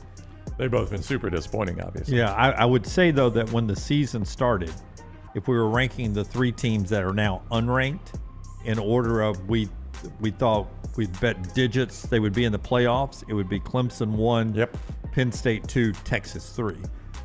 And right now all 3 of them are unranked, and all 3 of them may miss the playoffs, but Clemson was the one, we've said it several times, that we all would have said put them in the playoffs because of the league they're in. And they may still play their way into this ACC championship game, which would give them a chance to be there.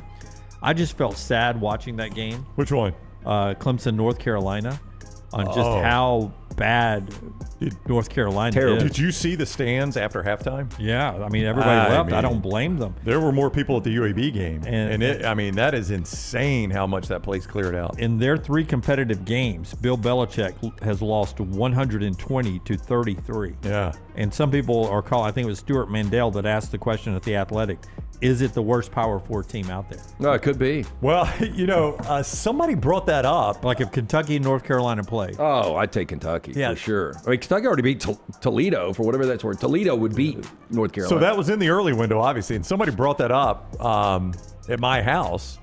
Is North Carolina the worst Power 4 team? And then we all agree, no. Was Stuart Mandel at your house? No, Stuart was not there. And we all agree, no, it's UCLA. Yeah, that's right, it's UCLA. They've been awful all year. And then the 2:30 window happened, and you're like, maybe it is North Carolina. I mean, I don't know who you would throw in there. The worst Big Ten team, Purdue? No, Purdue's better. The worst Big 12 team is Oak State. Worst SEC team's Kentucky. I mean, if North Carolina played Kentucky, I think Kentucky wins they're the game. worst. Yeah. I think they are. North Carolina would probably beat Oklahoma State the way they are right now. I mean, I can't think of a Big Ten team they'd beat. Maybe Northwestern, that'd be tight.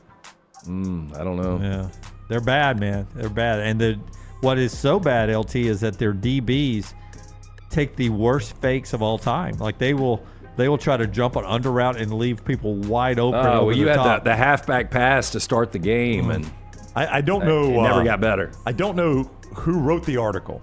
All I saw was somebody reacting to the article, but somebody wrote the article. They interviewed a bunch of these anonymous coaches about the North Carolina situation, and one of them was a Sun Belt, either assistant or head coach, and he said, we kept beating North Carolina for guys in the portal to the point we were like, why is North Carolina recruiting the same guys we're recruiting out of the portal? This coach was like, I don't know if he's trying to do what he did in the NFL, take lesser players and win with them. Not a good idea. Yeah, but he was like, we're a Sun Belt team. Why were we beating North Carolina? Or why was North Carolina beating us for guys? That was his point. It's like North Carolina was edging us out for guys that we were after as a Sun Belt you know how team. different, and look, I know he was on game day on Saturday. I don't know if you guys got to see it, and they had technical problems, and they finally brought him on, but there was so much more buzz in year one with Deion at Colorado than there is with Belichick at North Carolina. I feel bad for Deion, though. He had his shoe off because he thinks he was coaching like in a sock foot. Yeah. Blood clots. He says his leg was killing him. It's hurting like crazy, he said afterwards. Thanks for asking. He was sitting down at times during the game because of the pain. He lost toes because of clotting issues and missed Pac-12 media days in 2023, first year of his job, because of blood clots in his leg. There is a fear that he may have to step down from coaching and could lose his leg. Had his left shoe off, was walking out on the field in a sock foot, and there was a guy, like you said, following him around with a little stool so that he could sit down at times. It was sad to watch, man. I hate that for Deion. That is terrible. Yep. Fourth down. More shocking over the weekend, UCLA knocking off Penn State or Mark Sanchez, that whole whatever the hell's which going has on. now been escalated, according to reports, to felony charges against him. Yeah. So this is a very serious story, obviously. Sadly, as I texted you guys, you're never playing for gold medal when it comes to USC crimes over the years. No, but that might be on the one's been podium. retired, but now you're battling for a silver medalist. Yeah. And that is I can't wait to see the rest of the story because it doesn't add up. Because LT had told me what a nice guy he was. Again, that's one meeting for whatever that's worth. But I've never heard bad things about Sanchez. Very, very low key. You know, he grew up in a blue collar family. His dad was a firefighter, and I've always liked him. Yeah, like it's baffling. Yeah, it's baffling. Yeah. What was the other half of it? More surprising? UCLA. I was more surprised Patriots beat the Bills. Really? Yeah. Yeah. Oh, well, that number was only 7.5. Yeah, 7.5 is a lot in the NFL. Yeah. I think Penn State, UCLA surprised me more. I don't know. The Sanchez story came out of nowhere, and it's getting weirder, and it's getting stranger as it goes. Yeah. And it took the strange turn Saturday. Like when it first came out, you're like, oh man, prayers for Mark Sanchez, and then 3 hours later, Indianapolis police is like, not so fast on those thoughts and prayers. We're going to cuff this guy to a hospital bed right now. Yeah, that's interesting. And that's 4 Downs today. We'll do our stock report in the next segment along with Trash. The show being brought to you by a couple of our great sponsors. One of them is our friends at A+. Brownie, tell us about A+. That is the outfit that redid the master bath in the Brown house. Brad Bell is the guy's name. Brad's a good dude. His crews work hard.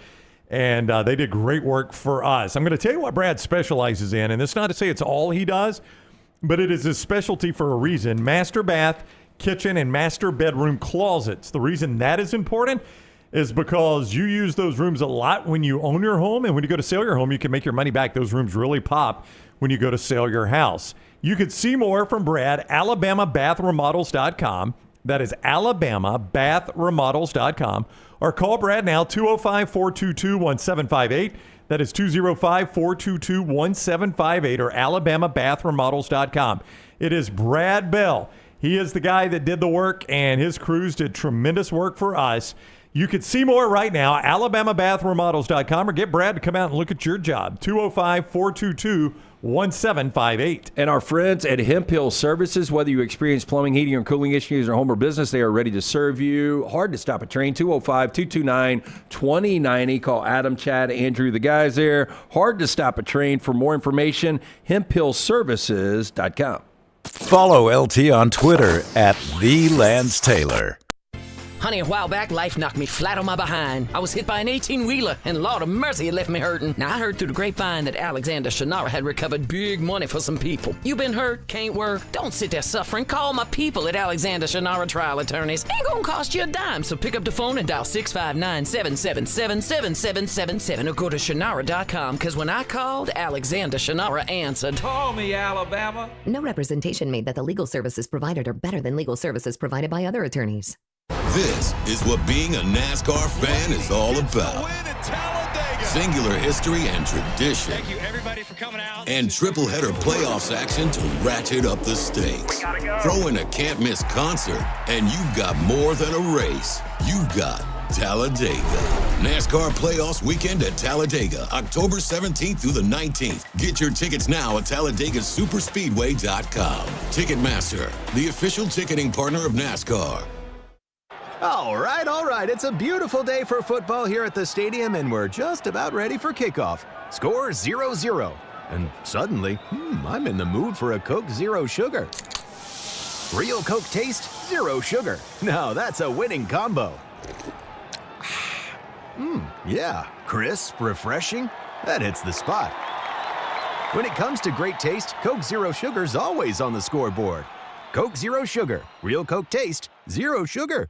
This hour of The Next Round is presented by the Birmingham Racecourse Casino, now featuring 7 days of giveaways with your chance to win a share of up to $125,000. The more you visit the Birmingham Racecourse Casino, the more chances you have to win.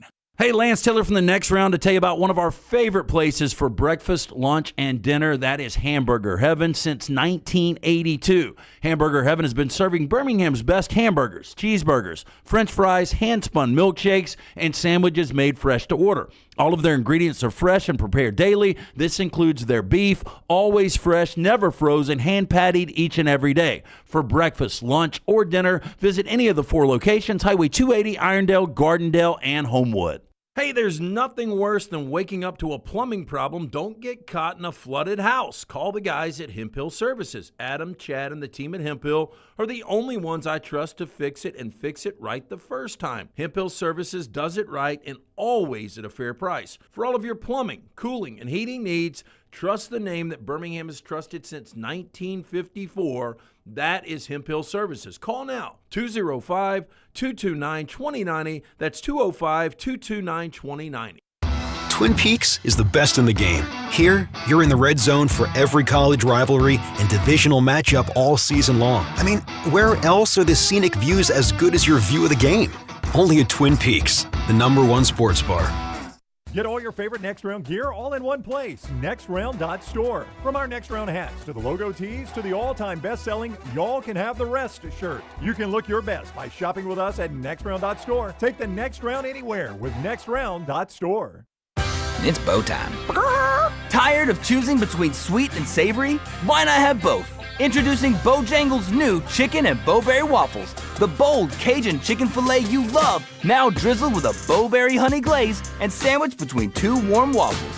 Which means your favorite meal of the day just met your new favorite dish. And lucky for you, it's served all day. But it's only here for a limited time, so try chicken and bowberry waffles at Bojangles today. It's bow time.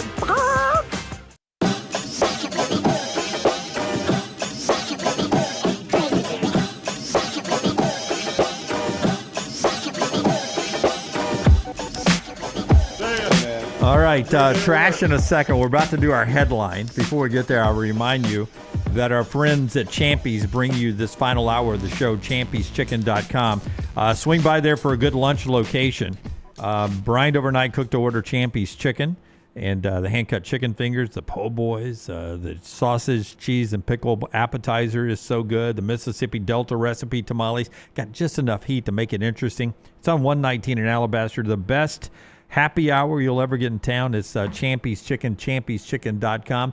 And before you hit the spotlight, LT, tell us about fractional finance. These folks right here, I've had, after I heard the name on our show, I've heard it actually referenced out in the wild. I'm like, I know these guys. These guys are really good. Our man Rod reached out last week to let us know that he appreciates everything that is going on internally and the partnership with our friends at Fractional Financial. Look, if you have a small to mid-sized business in Alabama, Georgia, East Tennessee, or the Carolinas, you're looking for a CFO service designed for businesses that need expertise, call our friend Rod Smallwood at Fractional Financial. Rod and his team provide expertise in cash management, budgets and projections, accounting, payroll, and annual reports. Fractional Financial does it all. Not your typical contract CFO service. Fractional Financial works with clients face-to-face so they can make informed, data-driven decisions to get their businesses to the next level. Contact Rod and that great staff today, 704-614-2083. That's 704-614-2083 or online,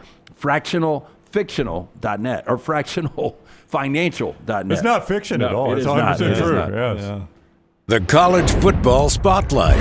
Stock up, stock down. College football stock report.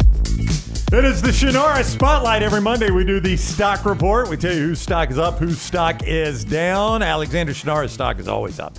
This is a guy that is a Birmingham guy. He wanted to build a firm that handled everything his community faced. So he has done just that. He's got a firm now that handles not only personal injury claims, but fire and storm damage claims, bad drug and device claims, disability, workers' compensation, and a host of other claims. If you find yourself in need of an attorney, call the Alexander Shannara Trial Attorneys. You pay nothing unless they win your case.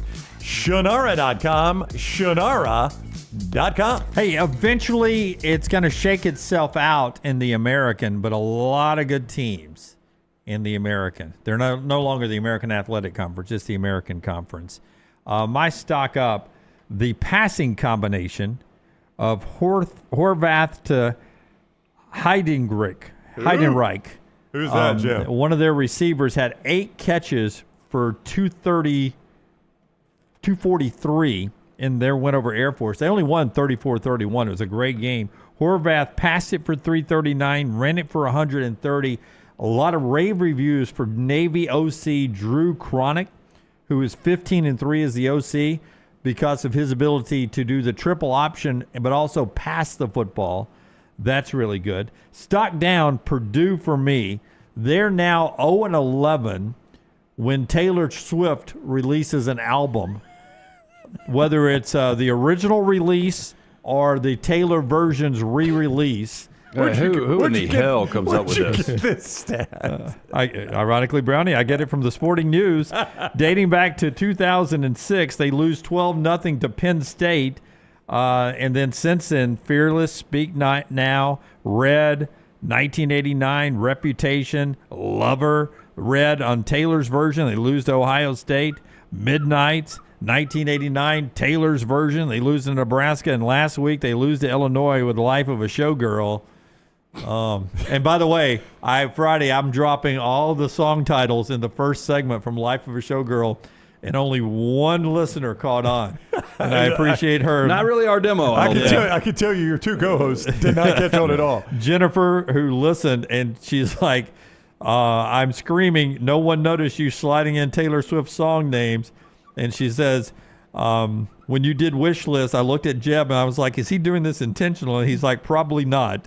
I don't think he's doing it on purpose. And she's like, absolutely he's doing it on purpose. This is Jim Dunaway we're talking about. Thank you, Jennifer, for catching on. To be fair, I'm sure Purdue's lost a lot of games when a lot of artists have released albums, but that is that's crazy. They're also 0-4 with Bad Bunny. My stock, I can promise you, Dunaway's going to say, Brown, I love the fact that you didn't think we were going to get to these two stories before the stock report. These are the ones I came in with, so I stuck with them. My stock up, Jerry Neuheisel. He had no stock. It could only go up. My stock down, Bill Belichick's legacy. We barely got to this one before. I had that game on way more than I should have, just out of morbid curiosity. Clemson. Jim Dunaway. Clemson Taylor. Clemson scored, I think it was 28 points in the first 14 plays, something like that. That's hard to do. Sounds right. Yeah. That's hard to do. 28 points in 14 plays. But in the first 14 plays, they scored 28 points. Bill Belichick's legacy is taking a beating. It had already started, by the way, at the end of his NFL coaching career. Man, it is only going to get worse, I'm afraid, for his college coaching career. You know, there are some things that you can't explain, like Baltimore being up 15 with 8 minutes to go in week 1 at Buffalo. That is hard to believe based on what they've become. I can't explain what has gone on with Notre Dame's defense, but because I was so critical of Chris Ash, he is my stock up, the defense coordinator. The last 2 weeks, they've only allowed 20 points to Arkansas and Boise State combined, and they forced 6 turnovers after giving up 27, 40, and 30. So Chris Ash has turned this defense around. They are going to be a factor at the end of the year if they continue to play like this, especially with the way C.J. Carr is playing at quarterback and obviously what you've got at running back with Love and Price. And my stock down is going to be South Alabama, the Jaguars. For whatever it's worth, Major Applewhite, this has become a bad product. Man, they've lost, and they're finding other ways to lose. They finally take a fourth quarter lead against Troy, and they end up losing the game. They've lost 5 straight now. What am I paying per loss for that right now, Lance? Too much. I'd like for you to do the math on that. Yeah, I would imagine it is quite a bit. I do appreciate you finding 2 really good stories like I did that we haven't talked about in the show today. That was well done. Yeah, Neuheisel and Belichick. Yeah. Never going to get to those today. I came in with them loaded. I said I'm keeping them. Hey, always a good time at Talladega as we get to trash today. 877 go to Dega, TalladegaSuperspeedway.com. That's where you reserve your spot at the Yellowwood 500 weekend, which is coming up a week from Friday, 17th, 18th, 19th of October, right there at Talladega Superspeedway. The garage experience presented by Cool Rays, the most immersive in all of NASCAR. Get your spot there. Get your spot in the grandstand, the camping area, the infield, the Whiskey Myers concert. Great rates for students, kids. You can get all of that right now at TalladegaSuperspeedway.com and reserve your spot now for the Yellowwood 500 weekend. TalladegaSuperspeedway.com or 877-GO-TO-DEGA. Hit it, Tyler. Now, the women love you when you get out there. Why do you think that is? What'd you say? The women love you Why is when that, you get lady? out there. Why is that, ladies? Well, I'm asking you. Huh? Because I Why do you look think good. that is? You I look smell good. I Yeah. feel good. And you sing good. And make love good. Oh, well, there we are. We don't have to ask anybody else. We got that from the source. There you are. LT's Trash is presented by Bud Light. Easy to drink, easy to enjoy, LT. Yes, pick up some Bud Light, and don't forget, we are going to be at Sky Bar in Auburn on Friday from 11 to 2 with plenty of Bud Light specials. We start first. I never saw the original. I used to love The Simpsons when I was in high school. Watched a lot of Simpsons. I can't watch it anymore. I don't know why.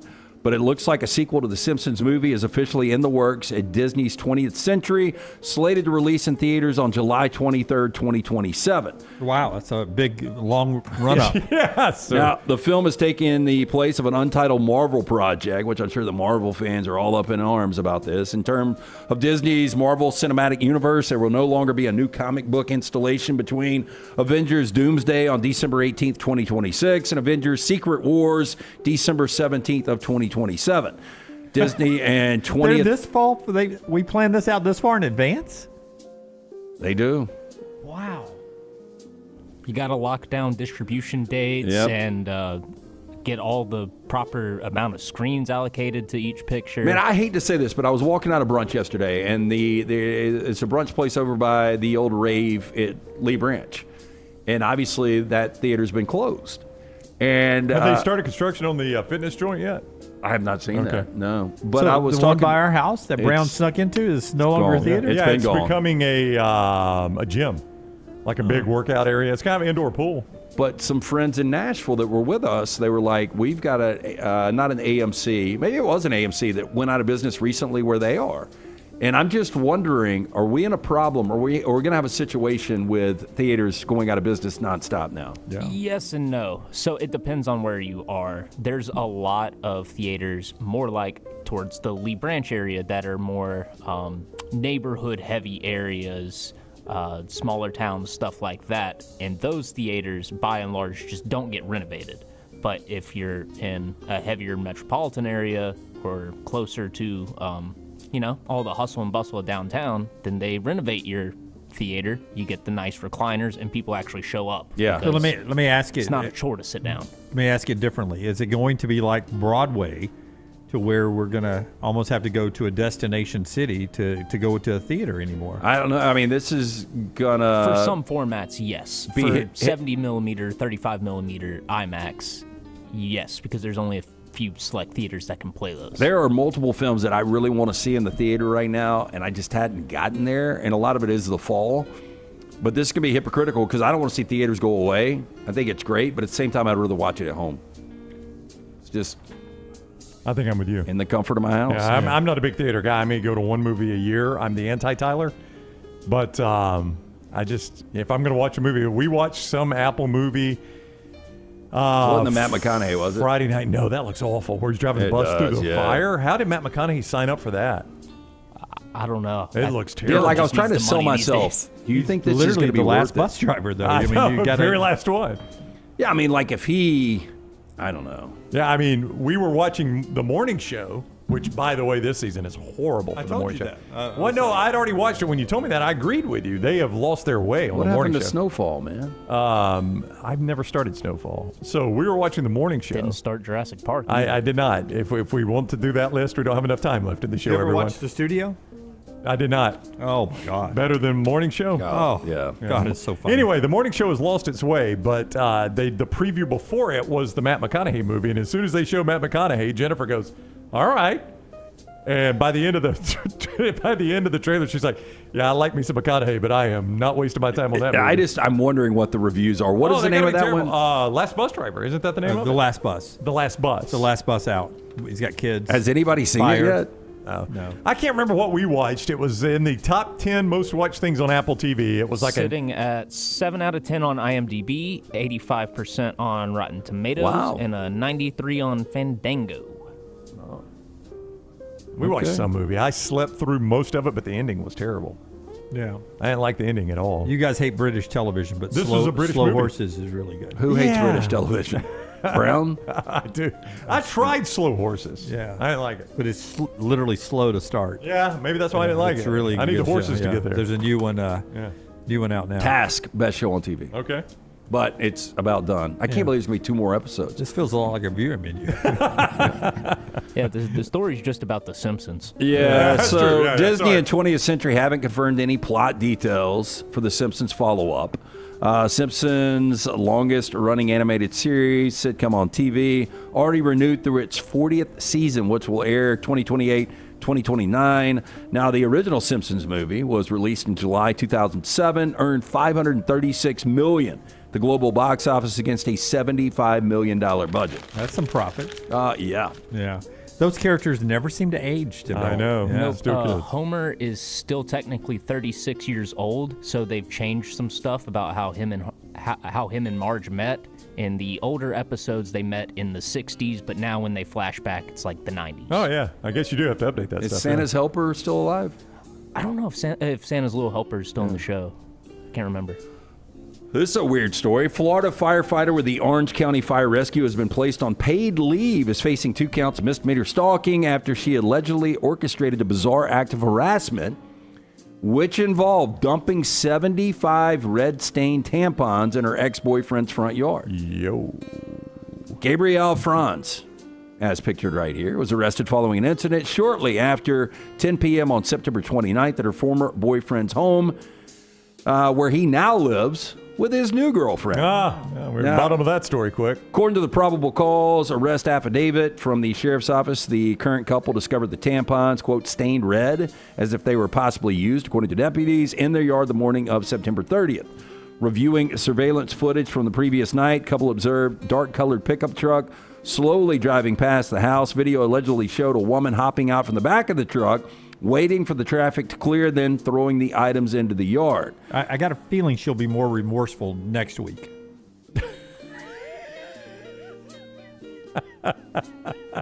You seem in a better mood now. Your hair's all one color. Well, your facial expression's different. She basically did her hair like Mac Jones suited. She did, yes. Now, if she had just chose a chocolate bar instead of violence. Both victims quickly identified Franz as their likely culprit, stating she had been demonstrating her displeasure for their relationship through social media posts and negative comments to mutual friends since the breakup. Now, investigators noted that Franz owns a pickup truck matching the one in the video. License plate readers confirmed her vehicle was in the area at the time of the incident. When confronted by investigators, Franz initially denied knowing her boyfriend's address. However, according to the affidavit, she eventually changed her account, admitting to the act but claiming it was not her idea. What a sellout. Oh, yeah. She alleged that her mother and aunt who were visiting from out of state were involved in hatching the plan. Wow. Rolled them right under the Hello, bus. bus, yeah. Yeah. Franz claimed that the trio bought a large quantity of tampons, painted them red to simulate usage before driving to her ex-boyfriend's residence and scattering them. This is next level By the way, crazy. she has been put on paid administrative leave from her job as Orange County Fire Rescue. Next level right here. Is there a chance at any point she looked at somebody in the front seat and said, stay in the truck? I got this. Are tampons expensive? I would assume they are. I haven't bought them plants. I don't know. I'm just saying wasting 100 like that. I mean, that's a lot. Man was tased several times by police and detained after he threw a pineapple at them and then grabbed a rope whip, which he refused to drop. I thought this was a totally different party. My bad. Those have gone together before, haven't they? State police said they were called to a home about 9:48 a.m. on September 25th for a dispute between neighbors en route to the location. Police say they were informed that one of the participants in the dispute, Alexander Moyer, right there, 26 years old, had an active warrant. As they arrived at the scene, police say Moyer was yelling at troopers, threw a pineapple in their direction. If you're going to get hit by a fruit, probably the worst one to be hit by, right? Yeah. He's got a pineapple and a whip. He's on his way to a party, and his screen name is Indiana Moans. When police got within 10 feet of Moore, they said he fled into the residence, only to reappear, this time holding what was later identified as a rope whip. Police said they tried multiple times to get Moyer to drop the whip and walk over to them. Moyer showed no interest in doing that. He ignored multiple commands to sit down. Once again, Moyer began fleeing into the residence. This time, police say one trooper deployed his taser. This caused Moyer to stumble and run into his home. Another taser was deployed but had no effect. Inside the home, he was hit with another taser, knocking him to the floor. He was told to put his hands behind his back but reportedly refused to do so. That's when police then delivered a drive stun on Moyer's back that allowed police to take him into custody. Indiana Moans is one of your better lines, by the way. Thank you. Dr. Moans. OpenAI unveiled the Sora 2 model earlier this week, and its new AI video generation model that offers support for hyper-realistic visuals, speech, sound effects, and better physics. Is this what was used on the Manziel? Yeah, that's what I'm guessing. Yeah. No, I saw some of this over the weekend. Random people that... I'm innocent, officer. I was just walking home from work, that's all. Match the witness description exactly. Don't move. I swear on my spatula, it wasn't me. I don't even own a boat. Just got a little compilation here. This Please, one I is, really need this for CCTV Sora inference. This video is too of good. Sam Altman, the OpenAI CEO, stealing some computer processing. Michael Jackson. You got MJ running off with KFC. Well, get back here. All right, wings behind your back. There you go, nice and easy. Speeding. Yeah, I saw the radar. Stay still. You know I was only doing 80. Speed limit 60. Never You heard flew him past me talk. like a rocket. Duck your head. Watch the tail. Yeah, I don't know I'm why more they colorful chose about that, too. I'm a dog! Yeah!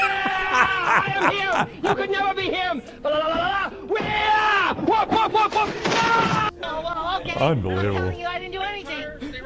I'm telling you, a couple of things here. Like, if I was Sanchez and I didn't get stabbed, I'd be like, it was AI. But he got stabbed, so obviously it wasn't. But, like, when are we going to see people that really get indicted on crimes based on videos like this? I would imagine. My biggest fear is, okay, I mean, it could be President Trump or Vladimir Putin saying anything at this point. Yeah. And you don't know it's real. We're going to war. I mean, yeah. We've deployed this. By the way, have y'all seen Manhunt, the Osama bin Laden documentary on is it good? Netflix? Very good, just based on like the CIA's involvement. Yeah. JFK going, I'm a dog. And it looks so realistic. I love the guys behind me, too. I'm a dog. Yeah. Wow. Oh, scary. I mean, show the Manziel thing again. That's trash. Brought to you by our friends at Bud Light. Easy to drink, easy to enjoy. Before Brown tells you about Alabama Power, I'll remind you that fan work is thirsty work. So's AI. Game day deserves the great taste of Coke Zero Sugar because fan work is thirsty work.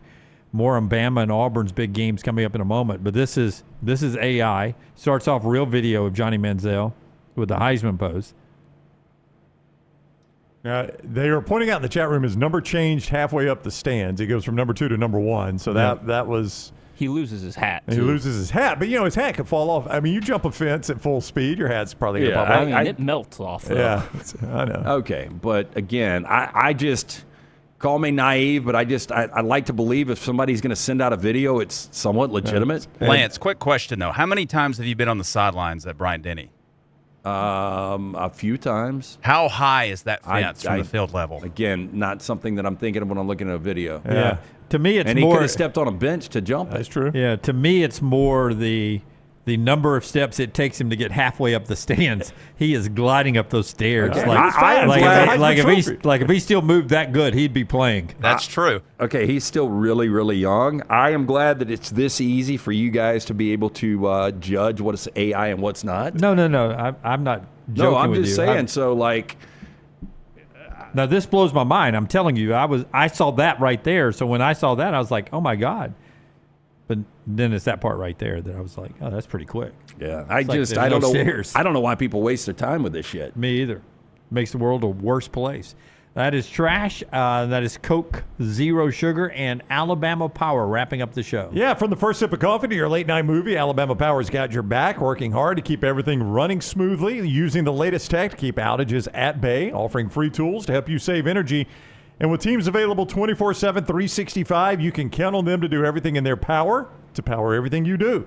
Check out alabamapower.com to see how they're making sure the services they deliver are even more reliable now and for the future. More on those stinky lines. Texas a favorite over Oklahoma. Will Mateer play?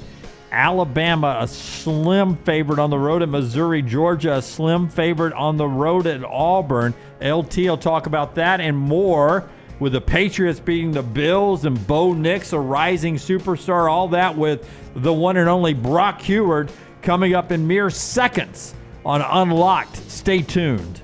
Until next time, God bless you and God bless America.